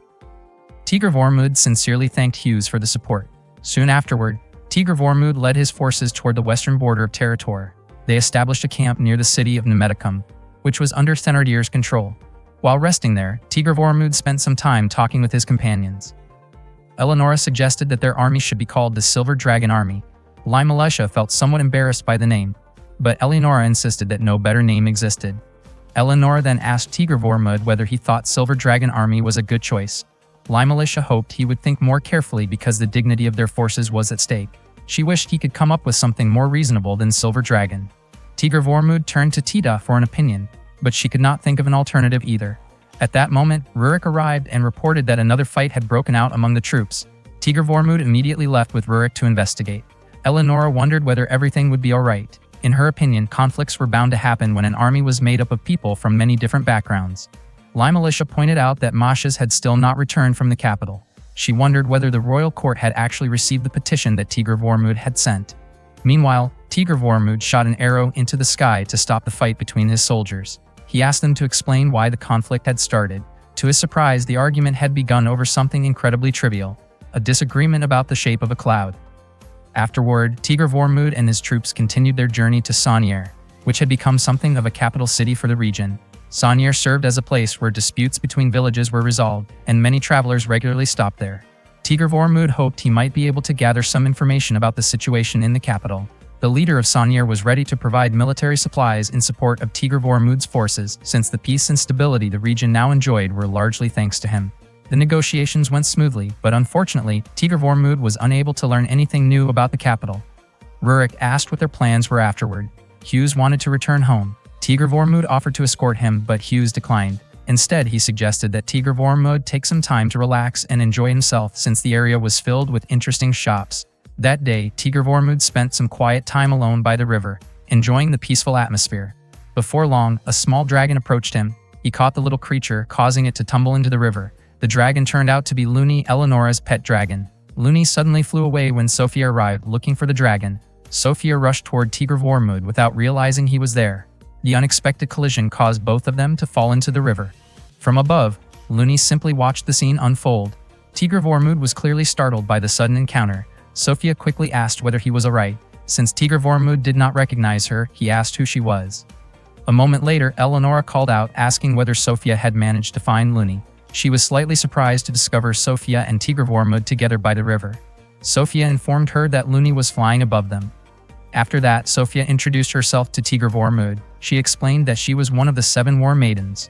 Tigr Vormund apologized for the earlier misunderstanding. Sophia admitted that the incident had caught her completely off guard and left her somewhat embarrassed. Sophia then explained that she had come on official business.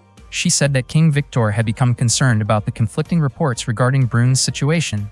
She had been sent to deliver a message. According to Sophia, the King of Brun was in poor health due to an illness, which was why she had not yet been able to meet him personally. For the time being, she could only share the information she had regarding the current situation.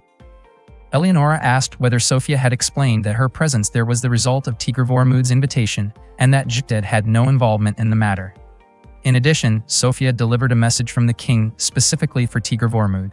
The royal government had declared Tigr Vormund guilty because of his recent actions and had revoked all of his noble privileges. As a result, Alsace was now officially under the control of the kingdom. Until the situation stabilized, the royal decision could not be challenged, and anyone who opposed it would be regarded as a rebel. Tigr Vormund was shocked to hear the news. Sophia explained that she had originally expected the royal government to deliver the message directly to Tigr Vormund. However, she suggested that he could later ask Mashas for a more detailed explanation. Limalisha then asked whether Sophia knew Mashas personally. It turned out that Sophia had met him in the city of Nice. At the time, Mashas had told her that he would come as soon as he had finished handling matters within his territory. That was the reason Sophia had come to meet Tigr Vormund instead. Tita felt relieved after hearing this, as it meant that Mashas was safe and doing well. Tigr Vormund never expected the kingdom to label him a rebel. Eleonora then asked about the other war maidens. Sophia explained that Elizaveta had a good relationship with the nobles Thenardier and Ganelon. Valentina was far away from Brun and was unlikely to get involved for the time being. Olga was traveling somewhere with her dragon, and Alexandra was still recovering from her illness. According to Sophia, Eleonora did not need to worry about them because they would not take action the way Ludmila had. What truly deserved their attention was the kingdom's response toward Tigr Vormund, who had already been declared a rebel. One of the kingdom's strongest forces was the Navarre army. At the same time, the Navarre troops led by Roland were heading toward their location. Roland was known as the Black Knight and was considered the strongest man in Brun. Tigr Vormund mentioned that he had heard of Roland before. Eleonora was surprised that Tigr Vormund, who lived so far from the center of the kingdom, was familiar with Roland's reputation. Hughes explained that Roland had become a soldier at the age of 13 and had never been defeated. When Roland was appointed to lead Navarre, the king entrusted him with one of the kingdom's treasured heirlooms, Durandal. The Navarre forces had sworn loyalty to the king and would only act under his direct orders. Several parties had attempted negotiations, but the Navarre army still chose to fight. As a result, the messengers sent by Lord Auger and those sent by Tigr Vormund were forced to return empty-handed. The nobles who supported Tigr Vormund were frustrated by the situation. Their enemies were supposed to be Thenardier and Ganelon, yet the royal army had become involved as well. They could not bring themselves to openly oppose the kingdom. Hughes then asked whether those nobles would place greater trust in the Navarre army than in the assistance coming from Jikted. Tigr Vormund pointed out that Thenardier's cruelty and Ganelon's cunning were nothing new, yet the kingdom had never completely crushed them. It seemed that the royal forces acted only according to the king's commands. Tigr Vormund firmly stated that he and his allies would fight to protect their honor and everything they believed in. Hughes agreed, saying that was exactly why they stood alongside the Jikted forces instead of the kingdom. That day, the Silver Dragon Knights prepared themselves on the Orange Plains. Across from them, the Navarre army stood ready with their spears. The battle soon began. Roland personally led the Navarre troops into combat. He pushed forward with remarkable skill, defeating enemy soldiers who stood in his path. His presence on the battlefield was overwhelming. Seeing this, Eleonora ordered Limalisha to take command of the Silver Dragon Knights while she advanced to confront Roland herself. Roland's strength was undeniable. It had been a very long time since anyone had been able to match his swordsmanship. Curious, Roland asked who Eleonora really was. Eleonora introduced herself as one of the war maidens. Roland realized that he had never met someone as powerful as her. He stated that he did not care about Eleonora's reasons for participating in the war, but he could not overlook the fact that she had entered Brünn without the king's permission. Before long, several Silver Dragon Knights moved forward to support Eleonora. She could not understand why they had advanced at that moment. Roland quickly drove them back with his sword. Eleonora once again faced Roland in a fierce clash of blades. Both warriors displayed extraordinary skill. As the battle continued, Eleonora felt that the situation could become increasingly dangerous if it was allowed to continue. She was thrown from her horse and briefly considered using dragon magic, but she hesitated because Roland was still a human opponent. Roland continued pressing forward toward her position. Not long afterward, Tigr Vormund arrived to assist Eleonora. Roland called Tigr Vormund reckless for attempting an attack from such close range. He immediately directed his attention toward him. In response, Tigr Vormund fired an arrow high into the air. He then quickly helped Eleonora retreat from the battlefield. Roland immediately pursued them. However, the arrow that Tigr Vormund had fired earlier struck Roland's horse, causing it to lose its footing and fall. Roland was certain that the shot had been carefully calculated rather than fired at random. Meanwhile, Eleonora thanked Tigr Vormund and felt certain that Roland must have been surprised by his skill. Soon afterward, Tigr Vormund's strength faded and he lost consciousness. At the same time, enemy troops began drawing closer. Fortunately, Sofia arrived to help them. She instructed Eleonora to take Tigr Vormund away as quickly as possible while she dealt with the approaching soldiers. As the Navarra forces closed in, Sofia struck her staff against the ground and called upon the radiant power of Falvarna. Sofia slammed her staff into the ground and then used the power of Falvarna's light. In an instant, she managed to drive back all of Navarre's forces. Only Roland remained. Roland realized that he could not get any closer to the wall of light created by Sofia. He asked whether the wall of light was a combination of several different spells. Sofia confirmed it. After hearing that, Roland declared that nothing could stop him or Durandal. Sofia realized that Roland was indeed a dangerous opponent. Roland then shattered Sofia's wall of light with his sword. He advanced and launched an attack on Sofia. Sofia acknowledged Roland's abilities and remarked that their battle had gone on long enough. She then chose to disappear from the battlefield. Roland realized that Sofia had merely been buying time for her allies. Meanwhile, Eleonora was riding on horseback with Tigr Vormund. She hoped that Tigr Vormund could hold on a little longer because they were almost back at camp. At the same time, one of Roland's subordinates approached him and reported that a force of 300 soldiers was advancing toward their position. The troops were reinforcements for Tigr Vormund, led by Mashas. Roland ordered his men to receive them and focus on disrupting their formation first. Earlier, Roland had been unable to meet His Majesty the King. Maximilian Benusa of House Ganelin and Felix Aaron of House Thenardier had prevented him from seeing the king, claiming that His Majesty was ill. They also urged Roland to quickly eliminate Tigr Vormund and all of the Jicted forces that had entered Brünn, supposedly to ease the king's concerns. They further claimed that they would handle the threats posed by Sackstein and Isvar along the border, allowing Roland to focus entirely on his mission. Although Roland did not fully trust the words of Felix Aaron and Maximilian Benusa, he felt that he needed to act quickly and meet His Majesty as soon as possible. Meanwhile, the Silver Dragon soldiers were resting and receiving treatment at the camp. Eleonora was deeply grateful to Mashas and his troops for preventing Roland from continuing his pursuit. Mashas asked about Tigr Vormund's condition. Unfortunately, Tigr Vormund's fever still had not gone down. Tita faithfully remained by his side, deeply worried about her master. At the same time, Eleonora and the others gathered together while Hughes asked Mashas to explain the situation in the capital. Mashas admitted that he had been unable to meet His Majesty and had therefore searched for another way into the palace. Once there, he discovered that Felix Aaron and Maximilian Benusa had effectively taken control of the palace and the situation had become chaotic. Prime Minister Pierre met with Mashas and helped him gain an audience with the king. Pierre explained that everything discussed there was highly confidential and not meant for the general public. Inside, His Majesty was quietly playing with wooden blocks. It turned out that the king was still suffering from the loss of his son. Only a small number of people knew about his condition. Eleonora was certain that Felix Aaron and Maximilian Benusa were among those who knew the truth. Mashas explained that Pierre had told him that, regardless of the circumstances, Tigr Vormund would need a convincing explanation for bringing foreign troops into Brünn. Hughes believed that if Tigr Vormund could prove that he posed no threat to Brünn, there was a possibility that His Majesty would pardon him. Hughes still could not accept the idea of Tigr Vormund being branded a rebel. Mashas then revealed that Felix Aaron and Maximilian Benusa had issued false orders to Roland. Curious, Eleonora asked how Mashas had met Sofia. Mashas wondered whether Sofia had not already explained it. Sofia admitted that as soon as she arrived, she had immediately become caught up in the conflict, and she felt it was not her place to speak about matters that were not hers to reveal. Mashas then recounted what had happened after his meeting with Pierre. As he was preparing to leave, he was suddenly surrounded by hired assassins. At that very moment, Sophia appeared and quickly defeated them all. The assassins had likely been sent by House Thenardier or House Ganelin. In short, Sophia was the one who saved Mashes. That night, several soldiers asked about Tigre Vormud's condition. Bertrand told them not to worry too much about it. Eleonora then asked Bertrand who those soldiers actually were. Bertrand explained that they were troops who had arrived alongside Hughes. Apparently, one of them had heard about Roland's attack on Tigre Vormud. Later, Eleonora went to check on Tigre Vormud herself. She asked Tita to leave them alone for a while because she had something important to tell him. Tita looked hesitant at first, but eventually agreed. Before leaving, she asked Eleonora to call for her if anything happened. Tita then waited outside the camp with Bertrand. Bertrand was certain that Tigre Vormud would be extremely grateful to Tita for everything she had done for him. At that moment, Eleonora held Tigre Vormud's hand. She thought he probably would not hear her because he was asleep. Eleonora hoped Tigre Vormud could hear her heartbeat through the touch of their hands. She hoped he could understand how she felt. Eleonora said that she would use her army to protect everything Tigre Vormud wanted to protect because he belonged to her. Later that night, Eleonora stood alone beneath the night sky. Sophia approached her and remarked that it looked like rain might fall before long. Sophia asked whether Eleonora truly intended to use dragon magic even though her opponents were ordinary humans. She admitted that she was willing to help Eleonora.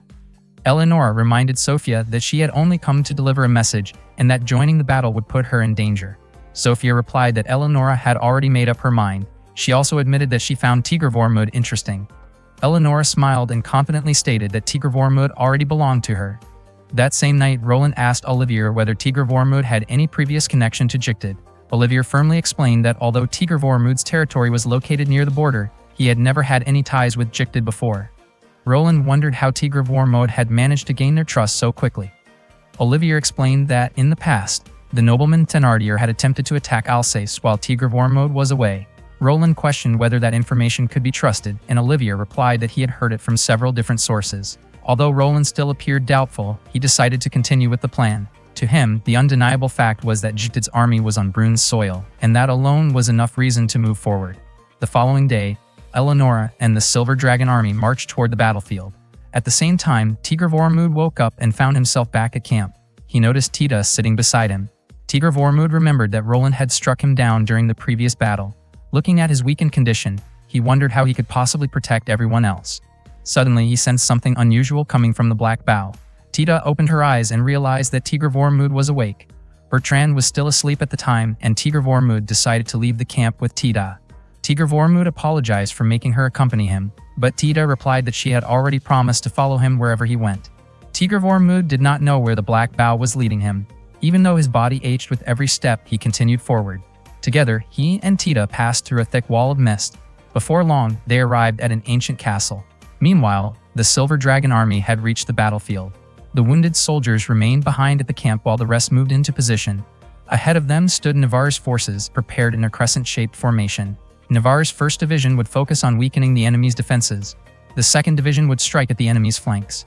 The 3rd Division would cover a wider area and attack from the sides while the enemy attempted to launch a counterattack. By repeatedly executing these coordinated maneuvers, they could overwhelm their opponents through discipline and teamwork. In terms of strategy, Brune's knightly forces held the advantage. The battle began, and Olivier immediately ordered the 1st Division to advance. Meanwhile, Tigre Vormud and Tita entered the old castle. Tigre Vormud had no idea what kind of place it was. Inside, they discovered carvings on the castle walls. Tita guessed that they depicted Tir na Fa, the goddess who dwelled between night and darkness, a deity associated with shadows and the passage of life. Tigre Vormud called out, wondering whether Tir na Fa was the one who had brought him there. Suddenly, Tita became possessed by Tir na Fa's spirit. Through Tita, Tir na Fa explained that she had not summoned Tigre Vormud. However, she believed that he had come seeking power. At the same time, the battle continued outside. Many soldiers of the Silver Dragon army were being defeated by Roland and his forces. Tir na Fa told Tigre Vormud that at that very moment, his companions were fighting and falling one after another.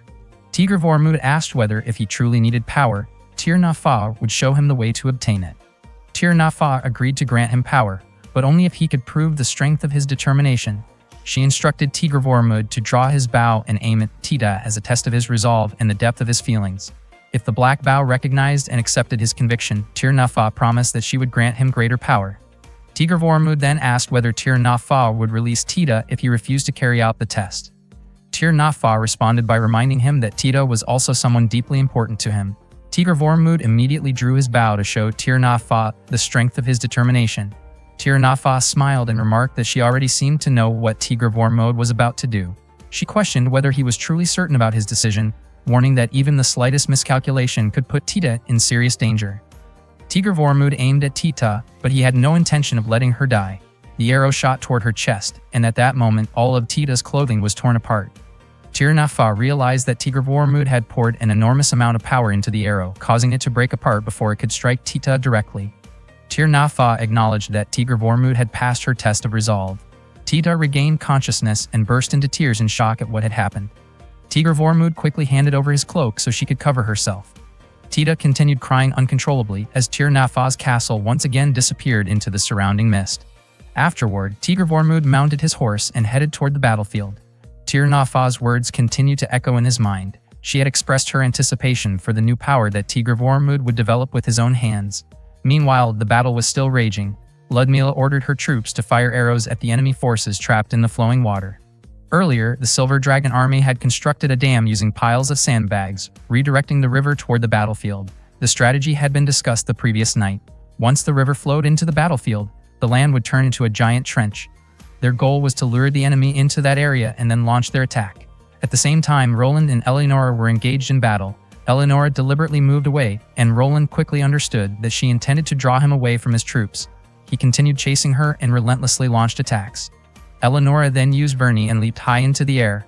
Roland was convinced that a technique like that would never stop his Durandal. Eleonora rushed forward and unleashed Mutarascu along with Lay Admos, creating a devastating storm of wind that swept everything aside. Roland's body was thrown back by the powerful gusts she created. Even then, Eleonora was unsure whether her attack had been enough to defeat Roland. Roland loudly declared that he was a knight. He drew his sword and effortlessly cut through the swirling winds. Roland admitted that Eleonora's power was terrifying, but her determination was even more frightening.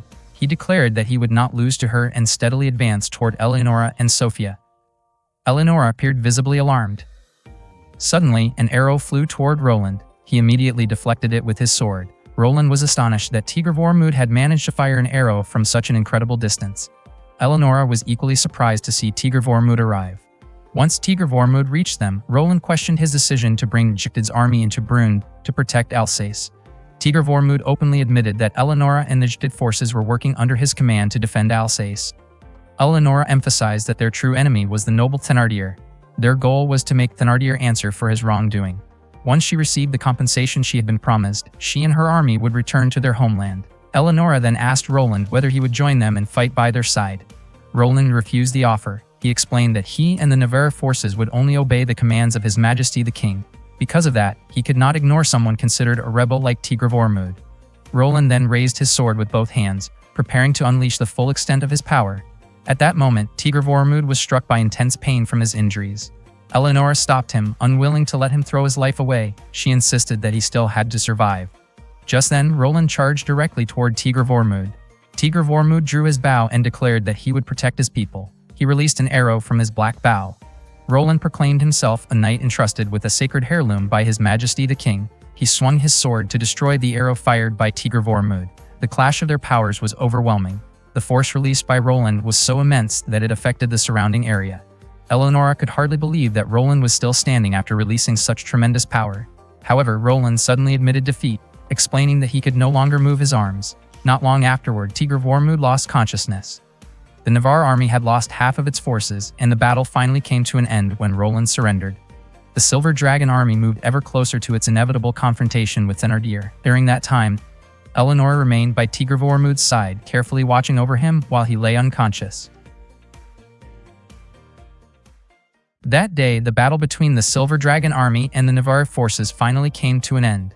The soldiers began clearing away the weapons and equipment scattered across the battlefield. During that time, Rurik noticed Olivier and Roland signing an agreement. According to Roland, with the battle now concluded, the western side of the land would be designated as a burial site for the Navarre Order, while the eastern side would become the resting place of the fallen Silver Dragon soldiers. Olivier also allowed Tigr Vormund to make use of any equipment that the Navarre forces chose not to retrieve. He pointed out that Navarre armor was extremely valuable, and Roland assured him that it would be put to good use. Roland then asked whether Olivier had any intention of joining forces with the Silver Dragon army. However, Olivier explained that he and his troops could not continue leaving the western border unguarded. Because of that responsibility, they needed to return immediately.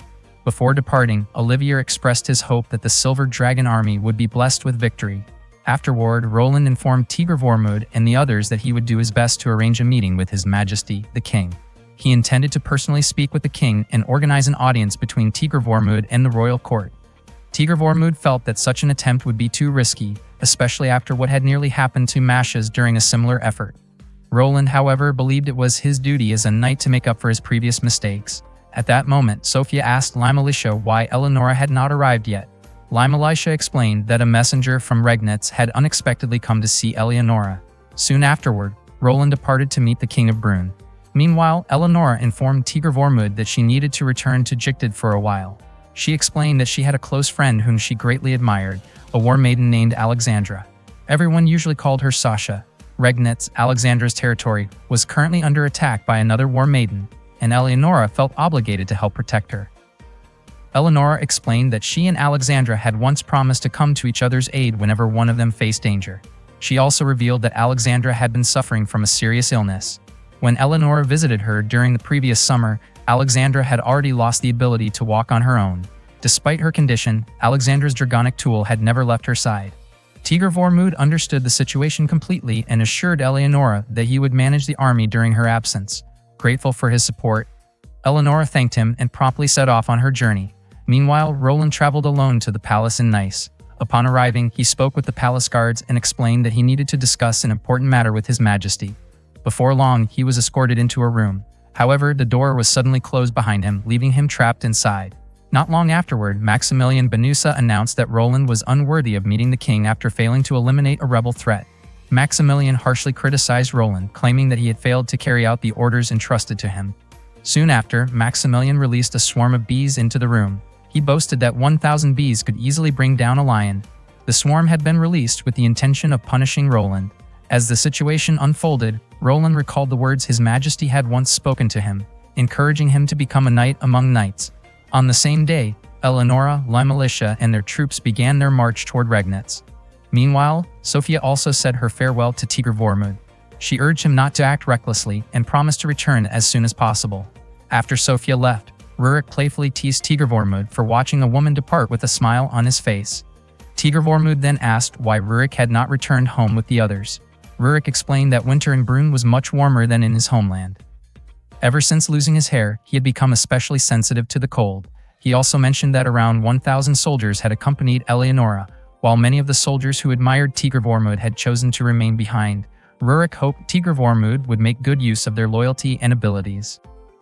Not long afterward, Mashes brought shocking news that Roland had lost his life following a royal punishment.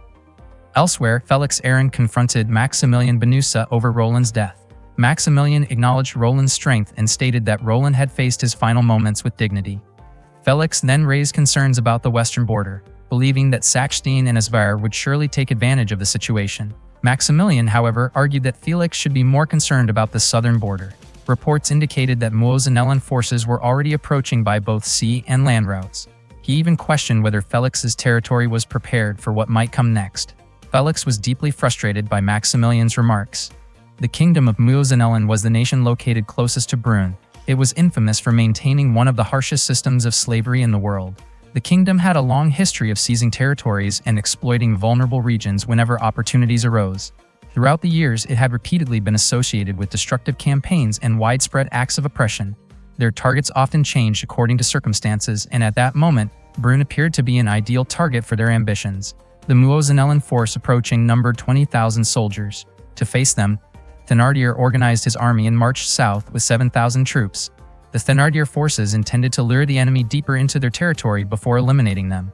Around 13,000 Thénardier soldiers remained on standby to protect the capital and monitor the movements of Ganelon, who held command of the northern forces. Felix Aaron of Thénardier already understood Ganelon's movements and was curious about what Tigre Vormud would do next. At that time, Tigre Vormud was still thinking about how to deal with an enemy force of 20,000. He would probably remain safe if he stayed in the camp. But he remembered Roland's message when Roland entrusted Durandal to him. Durandal was regarded as proof that Roland acknowledged the justice and ideals that Tigre Vormud believed in. Not long afterward, Tita came to see him. Tigre Vormud was surprised that Tita had come so late at night, but she pointed out that it was already close to dawn. Tita was convinced that Tigr Vormud had not slept all night. Tigr Vormud then ate the breakfast that Tita had brought for him. She reminded him to get enough rest because he was serving as the commander. Tigr Vormud informed her that they would have to part ways again. He asked Tita to remain in the camp with Bertrand. Concern appeared on Tita's face as she asked whether Tigr Vormud would return safely. In response, Tigr Vormud promised that he would come back soon. Later that day, Rurik asked whether Tigr Vormud was confident of victory, but Tigr Vormud himself could not be certain. Rurik suggested that Tigr Vormud should at least appear confident in order to inspire the soldiers. At the time, Tigr Vormud only had 2,000 troops with him, while the enemy numbered 20,000. Because of that overwhelming difference, few people would believe any claim that their army was guaranteed to win. Tigr Vormud met with Hughes and explained that he intended to lead his forces toward the southern border. Hughes questioned why Tigr Vormud did not simply strengthen Territor's defenses. According to Tigr Vormud, even reinforced defenses would struggle against an enemy army of 20,000 soldiers. Hughes argued that they only needed to hold out until knights and reinforcements from other nobles arrived. Furthermore, there was no guarantee that the enemy would actually advance into Territor. Unfortunately, the worst-case scenario was that those reinforcements might never arrive, especially since Tigr Vormud had already been branded a rebel. Tigr Vormud then departed with 1,700 soldiers to address the crisis facing the nation. Tita prayed for Tigr Vormud and his troops to return safely. As Tigr Vormud and his companions advanced, they witnessed firsthand the suffering of the hostages held by the Muozanellan forces. In Tigr Vormud's view, launching a direct attack was not an option. He needed to rescue as many hostages as possible. Tigr Vormud wanted to use his bow, but he still hesitated because he was unsure whether he could fully control the power within it. He decided to launch an attack on the Muozanellan army the following day. For the moment, he and his companions focused only on observing the enemy forces. Rurik then asked Tigr Vormud what he thought of Gerard Hughes' son. Tigr Vormud considered Gerard to be a capable and resourceful person. In fact, he felt grateful for Gerard's actions during the battle against Roland. Rurik admitted that he did not like Gerard because he believed Gerard had a talent for manipulating others. Not long afterward, Tigr Vormud noticed a young girl who had fallen and was surrounded by enemy soldiers. Using his bow, he swiftly drove away the attackers and secured the area. He then approached the girl and checked on her condition. She appeared frightened at first, but after Tigr Vormud introduced himself, she smiled. A moment later, the girl lost consciousness, and Tigr Vormud immediately helped her. That night, Tigr Vormud held a meeting with Rurik and Gerard. They discussed the shortage of supplies needed to sustain a prolonged military campaign. Gerard also raised concerns about the Muozanellan army forcing prisoners into labor and placing captives in dangerous situations during military operations. The following day, Kashim, a general of the Muozanellan army, received a report that approximately 200 Brune soldiers had attacked their left flank using arrows and stones. In response, Kashim ordered one of his subordinates to dispatch 3,000 troops to deal with the Brune force. He was convinced that the group of 200 soldiers was merely a decoy and instructed his men to locate the main Brune army. By order of General Kashim, 3,000 Muozanellan soldiers, consisting of 1,000 archers and 2,000 spearmen, were deployed. They pursued the retreating Brune forces. The Brune soldiers deliberately led them into a fairly narrow mountain pass. As soon as they arrived at the pass, the Muozanellan troops spotted the main force of around 5,000 to 6,000 soldiers. At that moment, Tigr Vormud ordered his army to launch an attack on the Muozanellan troops. The Muozanellan soldiers had no room to retreat and could not escape the battle. As a result, the first clash proceeded without any major complications. Rurik then instructed everyone to gather every usable weapon left on the battlefield. Tigr Vormud continued launching one strategy after another.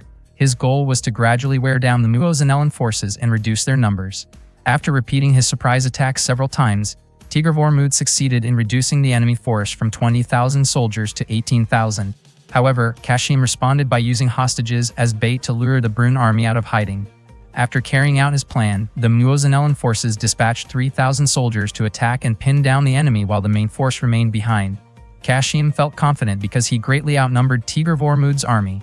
He was certain that Tigr Vormud's forces could not defeat him. At that time, the Silver Dragon Knights were prepared for battle.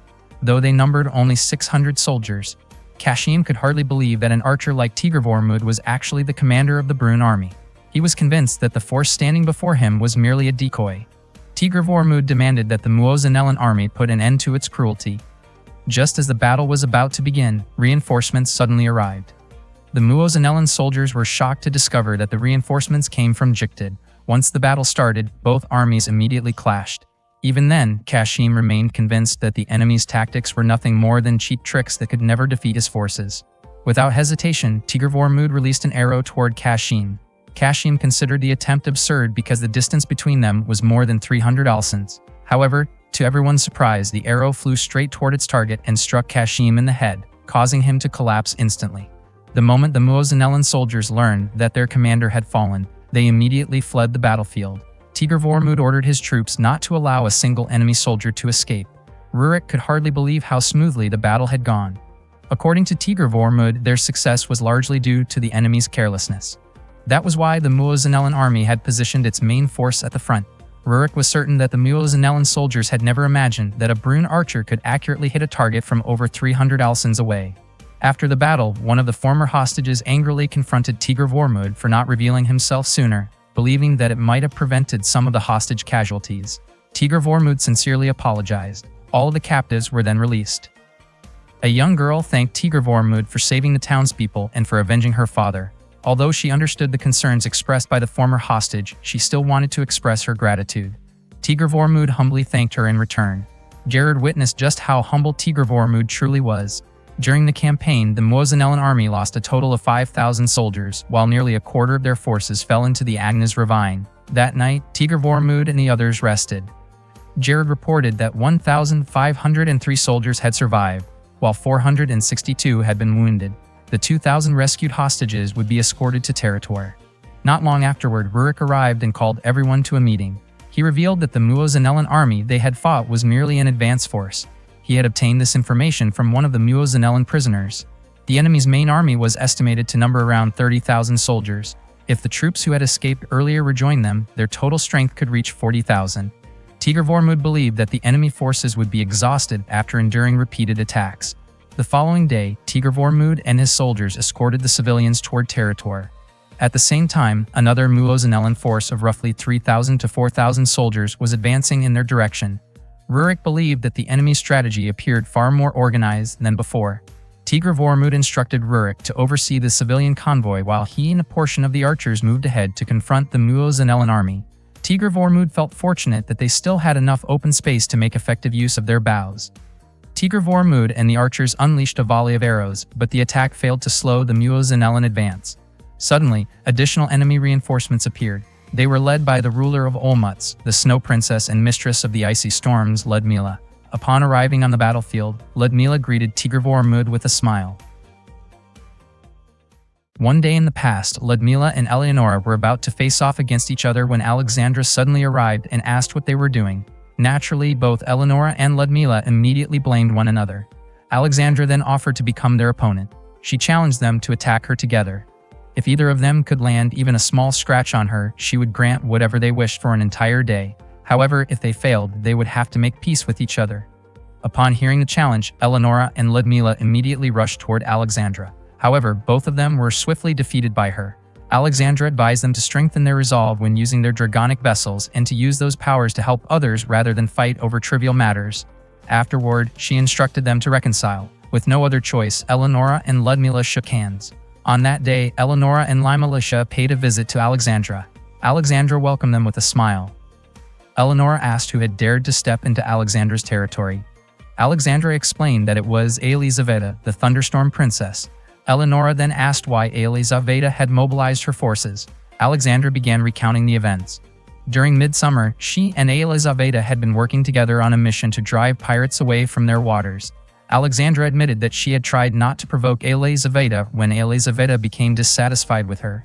Elizaveta insisted that Alexandra's troops had allowed the pirates to escape and later attack Elizaveta's forces directly. Alexandra had reviewed the reports herself and could not fully agree with that conclusion. Their alliance eventually came to an end when autumn arrived. Eleonora was disappointed by Elizaveta's impatience. Alexandra hoped that Elizaveta's troops would stop recognizing her as a war maiden and leave her alone, so that Alexandra would not have to trouble Eleonora any further. However, since the dragonic vessel itself chose the war maidens, Alexandra once again found herself relying on Eleonora's help. Eleonora told Alexandra not to worry because she was confident everything would work out. She vowed to drive Elizaveta out of Legnica and make her acknowledge Alexandra's position. Alexandra then mentioned that she had heard Eleonora and Limalicia had been involved in something interesting. She had learned about it from a letter written by Sophia.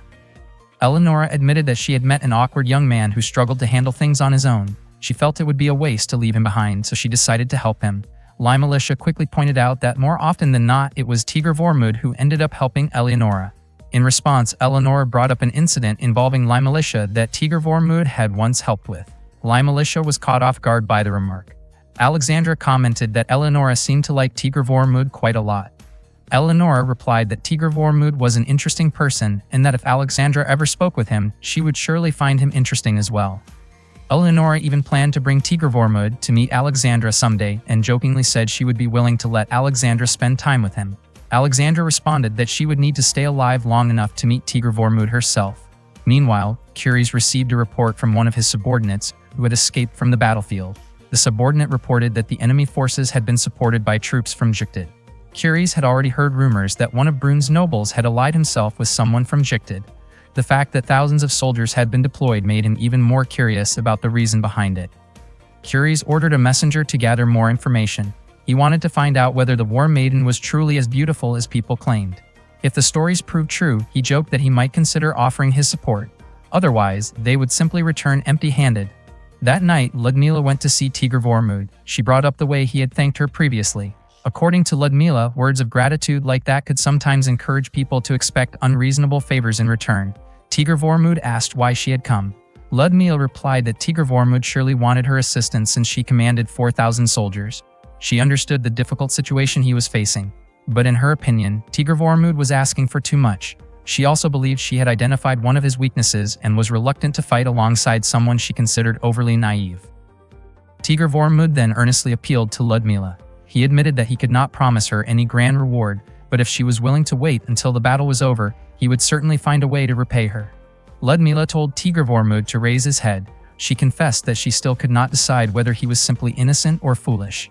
Even so, despite his flaws, Tigr Vormund had managed to meet her standards.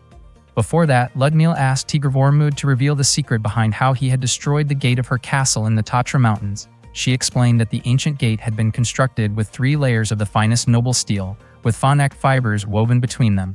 She had been certain that Arafar would never be able to break through it. Ludmila admitted that she trusted Tigr Vormund and wanted him to trust her as well. In response, Tigr Vormund showed her the bow he had used to destroy the castle gate. Ludmila acknowledged that the bow appeared far from extraordinary. Tigr Vormund explained that it was a family heirloom passed down through generations. Ludmila wondered why he did not draw out its power, considering that the bow possessed strength comparable to that of the War Maidens.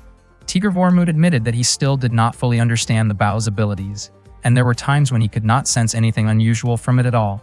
According to Tigr Vormund, the bow's power only seemed to emerge during critical moments. Ludmila remarked that it sounded as though they could not rely on the bow in the next battle. She then pointed out that if the enemy commander were defeated, they would not need to face all 40,000 enemy soldiers directly, allowing Tigr Vormund to control the flow of the battle more effectively. Ludmila expressed her hope that she would be able to witness the bow's power again someday, calling it a debt that Tigr Vormund still owed her. Afterward, Tigr Vormund had a conversation with Gerard. Gerard admitted that he was curious about who Tigr Vormund really was and why people such as Eleonora and others were willing to help him so readily. Tigr Vormund simply credited it to good fortune. Gerard then asked Tigr Vormund for a favor. He wanted Tigr Vormund to bring food to a young girl they had rescued earlier. Tigr Vormund delivered the meal and stayed to eat with her. The girl asked for some of the soup that Tigr Vormund was having. Her name was Regine. After introducing themselves, Tigr Vormund prepared to leave, but Regine stopped him and asked him for a favor. That night, snow was falling heavily. Elsewhere, a war maiden named Elizaveta was standing watch when one of her subordinates suddenly reported that approximately 3,000 troops were moving south. The force carried 2 banners, one displaying 2 swords on a yellow background and another displaying 2 silver swords on a black background. Elizaveta immediately recognized them as the troops led by Eleonora. The allied forces of Legnica and Leitmeritz, commanded by Eleonora, confronted Elizaveta's Libis army at Boroslo, the northernmost territory of Legnica. Earlier, Alexandra had asked Lai Militia to protect Eleonora. Alexandra understood that the path Eleonora had chosen would not be an easy one. Anyone who opposed Eleonora's decisions could eventually stand against her. If that day came, it would not be a dragonic treasure that protected her, but the people around her. As someone who had spent many years beside Eleonora and had fought alongside her even before she became a war maiden, Alexandra could only entrust that responsibility to Lai Militia. Elizaveta immediately ordered her army to advance and engage the allied forces of Legnica and Leitmeritz. Likewise, Eleonora boldly moved forward to meet the Libis army. She instructed Limelisha to oversee the troops because only a war maiden could properly face another war maiden. The battle unfolded amid the falling snow. Elizaveta admitted that she had missed Eleonora greatly. Eleonora responded by launching lay Admos, but Elizaveta easily avoided the attack and countered with her lightning technique. Eleonora quickly leaped backward. Elizaveta warned her to be careful, noting that attacks associated with Alexandra's power could become dangerous if underestimated. Eleonora replied that the same warning applied equally to Elizaveta. Meanwhile, Limelisha encouraged the soldiers and strengthened their morale. She hoped the battle would end as quickly as possible. At the same time, Eleonora unleashed Verni against Elizaveta. However, Elizaveta's lightning attack was so powerful that it sent Eleonora sliding backward across the battlefield. Eleonora acknowledged the strength of her opponent's attack, but she refused to give up. She immediately launched another lay Admos. Elizaveta answered with her own Gran Lazriga. The two tremendous powers collided and burst apart in midair. Seeing that Eleonora remained standing, Elizaveta initially assumed that the clash had ended in a draw. A moment later, however, she realized that Eleonora's attack had actually forced her backward. Elizaveta then proposed ending the battle. Eleonora still wished to defeat her rival, but Elizaveta reminded her that time was running short. At that very moment, the nobles Thénardier and Ganelon were already preparing to mobilize their armies. Elizaveta added that Ganelon's forces were ready to move, and no one knew which army they would target first. In addition, the Muozanellan forces were currently invading Brünn, and the troops involved were far from insignificant. She asked whether Eleonora truly wanted to continue their contest simply to determine who was stronger. If their duel continued, it would only give the surrounding armies more time to suffer unnecessary losses. Elizaveta proposed an agreement. Both sides would withdraw their troops and calmly discuss the pirate issue that Eleonora had previously learned about. Eleonora agreed to the proposal, but she requested that Elizaveta offer Alexandra a sincere and proper apology. Elizaveta accepted the condition, and so the Battle of Boroslo came to an end. Both armies returned to their respective territories. The soldiers of Legnica expressed their gratitude to Eleonora. As dawn approached, Eleonora and her forces began their journey back to Leitmeritz. On the way home, Eleonora hoped that Tigr Vormund would not act recklessly and would be willing to wait for her return. Meanwhile, Ludmila told Tigr Vormund and Rurik that they would defeat Muozanellan in a single battle. Rurik wondered whether that was even possible. In Ludmila's view, it was not a question of whether they could do it or not. It was something they had to accomplish.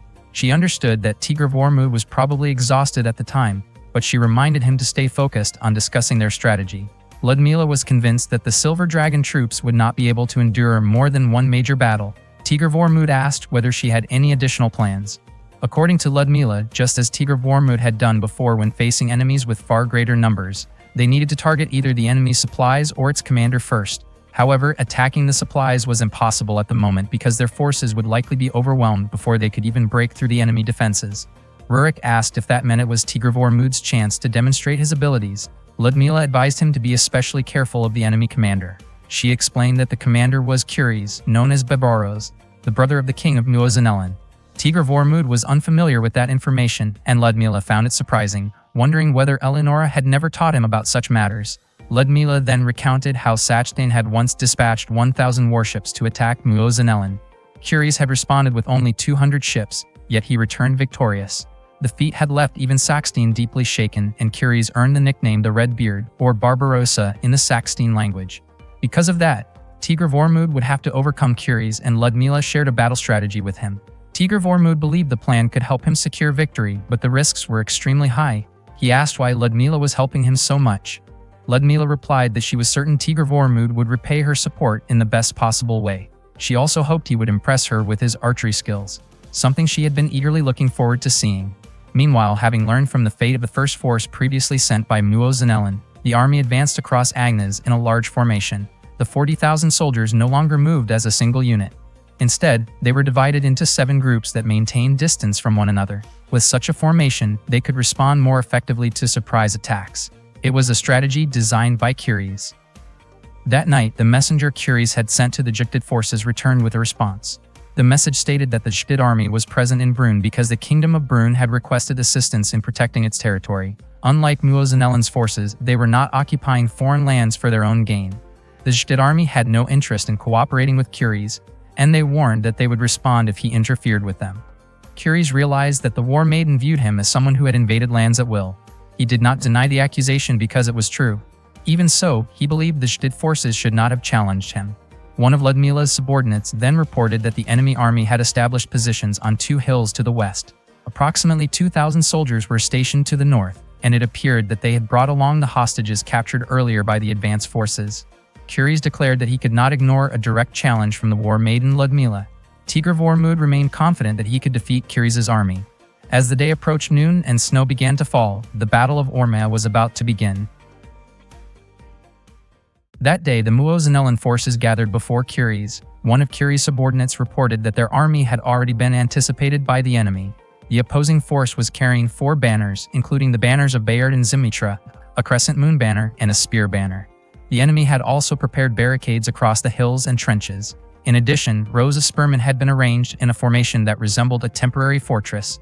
As the Muozanellan forces advanced, they were met with volleys of arrows and stones. Fortunately, the enemy's attacks were not particularly accurate. The distant hills were covered in heavy snow, making it difficult to detect any signs of enemy activity. Curies ordered his troops to reclaim the slaves who had escaped and take them into custody once again. He was also curious to see how the War Maiden would demonstrate her battlefield strategy. The Battle of Ormia began as the Muozanellan forces launched their offensive. After discovering the location of the enemy's small fortress, the Muozanellan army immediately surrounded the hill with their 1st through 4th divisions. Meanwhile, the 5th through 7th divisions pursued a group of civilians who appeared to be moving away from the battlefield. However, from a hill the Muozanellan forces had not expected, the Silver Dragon Knights and the Olmutz forces suddenly launched an attack. The Muozanellan soldiers immediately released a volley of arrows, but Ludmila quickly used her power to deflect the incoming projectiles. Standing beside her, Tigr-Vormund swiftly fired 3 arrows at once, each one striking its target with remarkable precision. Ludmila and Tigr-Vormund continued pressing forward, engaging the soldiers ahead of them and opening a path through the battlefield. Gerard was responsible for supplying arrows to Tigr-Vormund. Ludmila asked whether Tigr-Vormund felt afraid. Tigr-Vormund replied that if fear ever overcame him, he would be counting on Ludmila to protect him. Meanwhile, Curies had not expected the enemy army to be hiding on a hill his forces had overlooked. He realized once again that Ludmila's reputation as a master of defensive tactics was well deserved. Rurik ordered his troops to attack the enemies pursuing them. At the same time, one of Curies' subordinates informed him that the group believed to be civilians had suddenly organized themselves and launched a coordinated counterattack. Curies merely wondered whether the god of war would favor the hunt for dragons and noble steeds, or whether the battlefield would bring unexpected challenges. The 2,000 civilians Curies had intended to capture were actually Silver Dragon and Olmutz soldiers in disguise. Following the preparations made by the group led by Tigr-Vormund, they launched an attack on Muozanellan's 5th Division. The real civilians, meanwhile, were safely sheltering within the fortress atop the hill. The previous night, the civilians had asked Tigr-Vormund what he wanted from them, since they believed they had already lost everything. Tigr-Vormund hoped they would first listen to his plan, as it was something he wished to do in order to protect even more people. Suddenly, one of the civilians declared that he would follow Tigr-Vormund. He understood that the civilians could not fight. If they recklessly challenged the enemy on their own, they would stand little chance of survival. However, by following Tigr-Vormund's commands, they would at least have hope. Tigr-Vormund promised that he would protect them all with every effort he could make. Before long, Muozanellan's 5th Division was completely defeated by Tigr-Vormund and his forces. They then moved on to attack the 6th Division. Upon learning this, Curies ordered the 1st through 3rd Divisions to tighten their encirclement around the hill, while the 4th Division was pulled back to strengthen the defensive line. Curies intended to keep surrounding the enemy, forcing them to fight until exhaustion gradually wore them down. Ludmila and Tigr-Vormund then charged toward Muozanellan's 7th Division, where Curies himself was stationed. The Silver Dragon Knights and the Olmutz forces advanced toward the 7th Division with the goal of preventing the enemy from retreating. At that moment, Muozanellan's 6th Division changed direction and moved back to intercept them. Seeing the situation unfold, Tigr-Vormund called for supporting forces to create an opening that would give him a clear opportunity to take aim. Unfortunately, the available reinforcements had already reached their limit. The 6th Division continued closing in on the forces led by Tigr-Vormund and Ludmila. Ludmila regretted the situation deeply, as victory had seemed only a single step away. Curies simply laughed and acknowledged Ludmila's impressive abilities. He admitted that he had never expected Tigr-Vormund and Ludmila to advance so aggressively toward his position. Had they managed to push forward just a little farther, Curies believed his situation could have become extremely dangerous.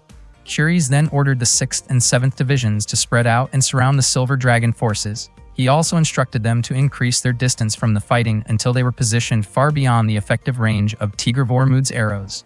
Curies had not expected Tigr Vormund to boldly bring Jiktid's forces and a war maiden to pressure him in battle. Even so, Curies remained confident that his army could hold its ground against them. At that moment, Tigr Vormund had run out of arrows, and Gerard provided him with more. Seeing that the enemy forces seemed endless, Tigr Vormund asked Ludmila to fall back. However, Ludmila refused because she still carried her own pride, as well as the pride of her mother and grandmother. She also wanted to uphold the honor of the war maidens who had once ruled Lavias. Tigr Vormund replied that if Ludmila had her pride, then he had his determination, a determination given to him by his father and by the people around him. Because of that, he would continue fighting no matter what. Ludmila then asked Tigr Vormund to fight alongside her, promising that she would protect him from behind. Before long, a group of reinforcements arrived. They were knights who had come from the north. Their leader was searching for Tigr Vormund. His name was Emile. Emile had arrived in the name of Mashas, bringing 1,500 knights from Perch. He requested permission to join the battle under Tigr Vormund's command. Not long afterward, Shai also arrived with 1,500 knights from Lutece. He had come under Hugh's orders, and both Shai and his troops were willing to serve under Tigr Vormund's command.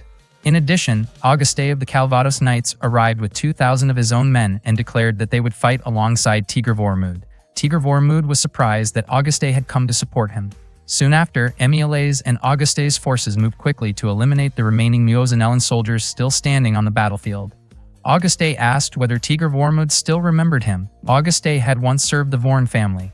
He admitted that he had felt helpless because there had been little he could do, but Roland and Olivier of Navarre had sent him letters about Tigr Vormund. Tigr Vormund was surprised to learn that Roland had been the one who informed Auguste about him. In his letter, Roland wrote that Tigr Vormund was fighting for Brune and his people. Simply reading those words had made Auguste want to help him, and later Mashas personally spoke to him about the matter as well. Auguste said that Tigr Vormund had grown into a true man, just like his late father, Urs. After saying that, Auguste immediately returned to the battlefield. Ludmila admitted that she felt relieved to see the reinforcements arrive. She then asked whether Tigr Vormund intended to withdraw for the time being. Tigr Vormund refused, saying that he was still capable of drawing his bow. Not long afterward, Gerard brought him another supply of arrows. Meanwhile, news that 5,000 knights had arrived to support Tigr Vormund reached Curies. His subordinates began to grow anxious, but Curies remained calm. He was confident that his 4th army would defeat the enemy reinforcements. He ordered the 6th army to remain focused on the battle at hand. The fighting continued to intensify. Curies still could not understand how Tigr Vormund had managed to gather such powerful reinforcements. At that time, Tigr Vormund and Ludmila continued fighting on the front lines. Curies believed that Tigr Vormund and his forces would eventually become exhausted. Once that happened, the Muozinellan army would be able to overwhelm them along with the knights supporting them. Before long, another force of 3,000 soldiers appeared and began approaching the battlefield. The 6th army was soon caught off guard by the new arrivals, and it seemed that the enemy forces had begun to seize the momentum of the battle. Curies was puzzled. His scouts had carried out their duties well, yet such an unexpected development had still occurred. He wondered if this was what people referred to as the power of a war maiden, the ability to consistently bring victory wherever she fought. Curies reminded his subordinates that the battle was not over. Their objective remained the same, to conquer Brune's southern border. He then ordered all of his forces to withdraw and regroup. The battle had claimed approximately 6,000 lives.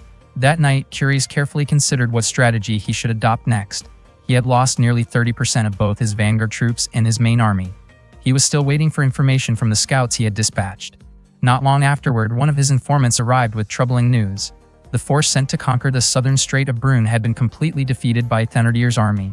As a result, the remaining 30,000 Muozinellan troops would have to defeat the enemy standing before them and deal with Thénardier's forces before they could achieve their objective. Faced with these circumstances, Curies decided to retreat. He did not want to waste his soldiers in a costly and uncertain campaign. He concluded that he needed to learn more about the opposing commander, Tigr Vormund. Curies openly acknowledged that he had developed great respect and admiration for him. The messenger delivered a message to Tigr Vormund, saying that Curies and his troops had been deeply moved by the battle Tigr Vormund had fought to protect the territory. In addition, Curies praised Tigr Vormund's extraordinary archery skills. As a result, Tigr Vormund was awarded the title of Silvrash, which meant someone capable of shooting an arrow toward the stars. The battle ended with a victory for the Silver Dragon forces. After hearing the message, Tigr Vormund could hardly believe that they had won, while Ludmila was convinced that it was not a trap. Suddenly, Tigr Vormund's body gave out from exhaustion. Ludmila was startled by his condition. She realized that he had endured a long and difficult battle and had shown tremendous determination throughout the ordeal. Ludmila remarked on how remarkable Tigr Vormud was. She stayed close to him as he rested, and before long, both of them fell asleep. Not long afterward, Gerard came to Tigr Vormud's tent to discuss their next plan. However, he found Tigr Vormud and Ludmila resting peacefully inside the tent. Gerard simply smiled and quietly left. The following morning, Ludmila woke up after hearing someone approaching the tent. Suddenly, Eleonora arrived and called out to Tigr Vormud, but she was surprised to find Ludmila resting beside him. Shortly afterward, Limelisha also arrived at the tent. That morning, the people at the refugee camp were having breakfast together. At the time, Rurik and Gerard were arguing about the calculation of their remaining supplies. Bertrand asked Tita to visit Tigr Vormud, but she declined because she had already greeted him. Besides, she was certain that Tigr Vormud was busy meeting all the people who had come to see him. At that moment, Tita only wanted to do something useful by helping distribute food. She never expected Tigr Vormud to save so many people. Bertrand commented that Tigr Vormud had truly matured. Meanwhile, Limelisha asked Mashes what she should do to make up for her departure during the previous battle. Mashes told her not to dwell on it because the circumstances had been unavoidable. According to Hughes, the most important outcome of everything that had happened was that Tigr Vormud had earned widespread praise for his victory. He noted that both Tigr Vormud and Roland had lived by the teachings left behind by those who had passed away, allowing them to reach such impressive heights. Hughes admitted that he himself was not yet capable of doing the same. Limelisha confessed that she had initially thought Tigr Vormud was merely a reckless man blessed with good luck. However, by then, he had become someone with considerable influence in Brünn. Mashes wondered what Tigr Vormud would choose to do next. Later that day, in front of Eleonora, Ludmila deliberately invited Tigr Vormud to her tent, saying that she would prepare a refreshing tea to help him recover from his fatigue. Eleonora was clearly unhappy to see how familiar Ludmila had become with Tigr Vormud. She even pulled Tigr Vormud aside, explaining that she needed to discuss something important with him. Ludmila tried to stop her and pointed out that Eleonora had not been by Tigr Vormud's side when he needed support the most. The two women then exchanged sharp remarks and criticized one another. Before long, Ludmila was called away to manage the supplies. She looked annoyed but said that she would head there immediately. Tigr Vormud thanked Ludmila for the invitation and told her that he would gladly ask for her help again in the future. Ludmila smiled and promptly left. That night, Eleonora and Tigr Vormud gazed at the beautiful night sky together. Eleonora wondered why Tigr Vormud had been so easily affected by Ludmila's playful charm, to the point that he seemed completely distracted.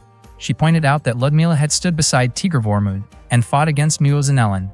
Eleonora admitted that Tigr Vormud was a man who continually impressed her.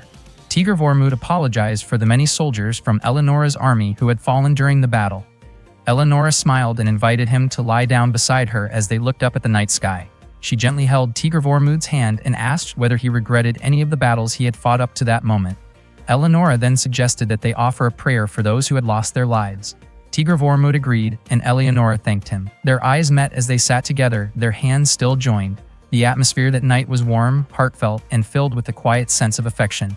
The camp itself was peaceful and silent, as everyone had already retired to their tents for the night. One morning, while Tigr Vormud was still asleep in his room, Valentina suddenly appeared out of nowhere. She was about to reach out to him, but while still asleep, Tigr Vormud accidentally grabbed her chest, startling her. Half awake, he mistook what he had touched for a pillow and simply went back to sleep. Valentina was extremely irritated by his lack of manners. Hearing someone approaching Tigr Vormud's room, she disappeared once again and decided to return another day. Not long afterward, Tita's voice could be heard as she came to wake Tigr Vormud up. Tigr Vormud and the Silver Dragon troops had successfully defeated the Muozinelen forces and secured a cooperative alliance with the Knight Emile of Perche. They took shelter within the protection of Perche Fortress, located about 4 days away from the Ormia mainland. As usual, Ludmila and Eleonora continued exchanging sarcastic remarks. Ludmila commented that Eleonora should never have returned from Jiktid. Eleonora said she appreciated the concern, but she had complete confidence in the strength of her subordinates. She teased Ludmila by suggesting that perhaps Ludmila was the one who missed her homeland. Ludmila replied that such concern was rather generous coming from someone who had not been present when the battle reached its most critical point. Eleonora acknowledged that and thanked Ludmila for arriving at the right moment. However, since she had already returned, she jokingly claimed that Ludmila's role was finished and suggested that Ludmila head back to Olmutz. Ludmila revealed that Jiktid had assigned her to monitor Eleonora's actions. Besides that, Tigr Vormud still owed her a debt. Hearing that only made Eleonora even more annoyed. That morning, Tigr Vormud could be seen moving his fingers while trying to remember what he had touched earlier. Limelisha found his behavior rather strange. Mashas assumed Tigr Vormud was simply exhausted. According to Mashas, the more victories a person achieved, the more responsibilities followed, especially for someone leading an army. Tigr Vormud asked why they were holding a meeting so early in the morning. Mashas explained that they needed to discuss a matter concerning His Highness the Prince. Tigr Vormud was confused and pointed out that the prince had supposedly died during the battle on the Dinant mainland. Mashas replied that among the refugees there was someone who looked remarkably similar to the prince, and he wondered whether Tigr Vormud knew that person's identity. Not long afterward, Bertrand arrived and informed them that a young woman named Regine insisted on meeting Tigr Vormud. As soon as Regine entered the room, Mashas was stunned because her face closely resembled that of His Highness the Prince. Regine explained that she wanted to discuss something important with Tigr Vormud. He invited her to speak freely in front of everyone present. Regine revealed that she had lived under the name Regnes, or more precisely, Regnes Estelle War Bastien de Charles. Everyone in the room was shocked. Militia immediately asked whether Regine had any proof to support her claim. Regine then asked Tigr Vormud whether he remembered an incident in Vincennes 6 years earlier. At that time, the prince had slipped away from a hunting tournament and happened to meet Tigr Vormud, who had also left the event. Tigr Vormud had managed to catch some game, and the two of them shared the meal together. It had been the first time the prince tasted freshly grilled meat. Hearing those details, Tigr Vormud remembered the event clearly. He asked whether Regine truly was the prince. The revelation shocked Mashas so much that he briefly lost consciousness. When Mashas recovered, Tita asked whether he was feeling all right. Upon learning that Regnes was actually alive, Ludmila questioned whether Eleonora had not supposedly killed him during the war on the Dinant mainland. Eleonora admitted that she had never believed she was responsible for such a thing. Tigr Vormud asked everyone to trust Regine just as he trusted Eleonora. Regine explained that she had been attacked by someone during the battle. Eleonora then asked why Regine had spent so many years pretending to be a man. Regine answered that she had done so for the sake of both her mother and herself. In Brune, a queen who could only produce daughters would often face criticism. Furthermore, many people would consider it unusual for a queen to inherit the royal throne. That was why Regine had taken the bold step of assuming the identity of a prince. Ludmila remarked that Regine had made an incredibly courageous choice. Eleonora agreed that it had worked for the time being, though she jokingly wondered how long the disguise could have lasted as Regine matured. Eleonora then asked for Tigr Vormud's opinion. Ludmila believed that Regine might only become a burden to them. Eleonora explained that they could announce that the prince was still alive, but nobles such as Thénardier and Ganelon were determined to eliminate him. If the people later discovered that the prince was actually a woman, they might feel deceived, and Tigr Vormud's group could easily fall into their enemy's trap. Tigr Vormud understood the concern. He asked whether it would be possible to meet His Majesty the King. Mashas replied that the king was currently in a deeply troubled state of mind. Regine was visibly surprised to hear that.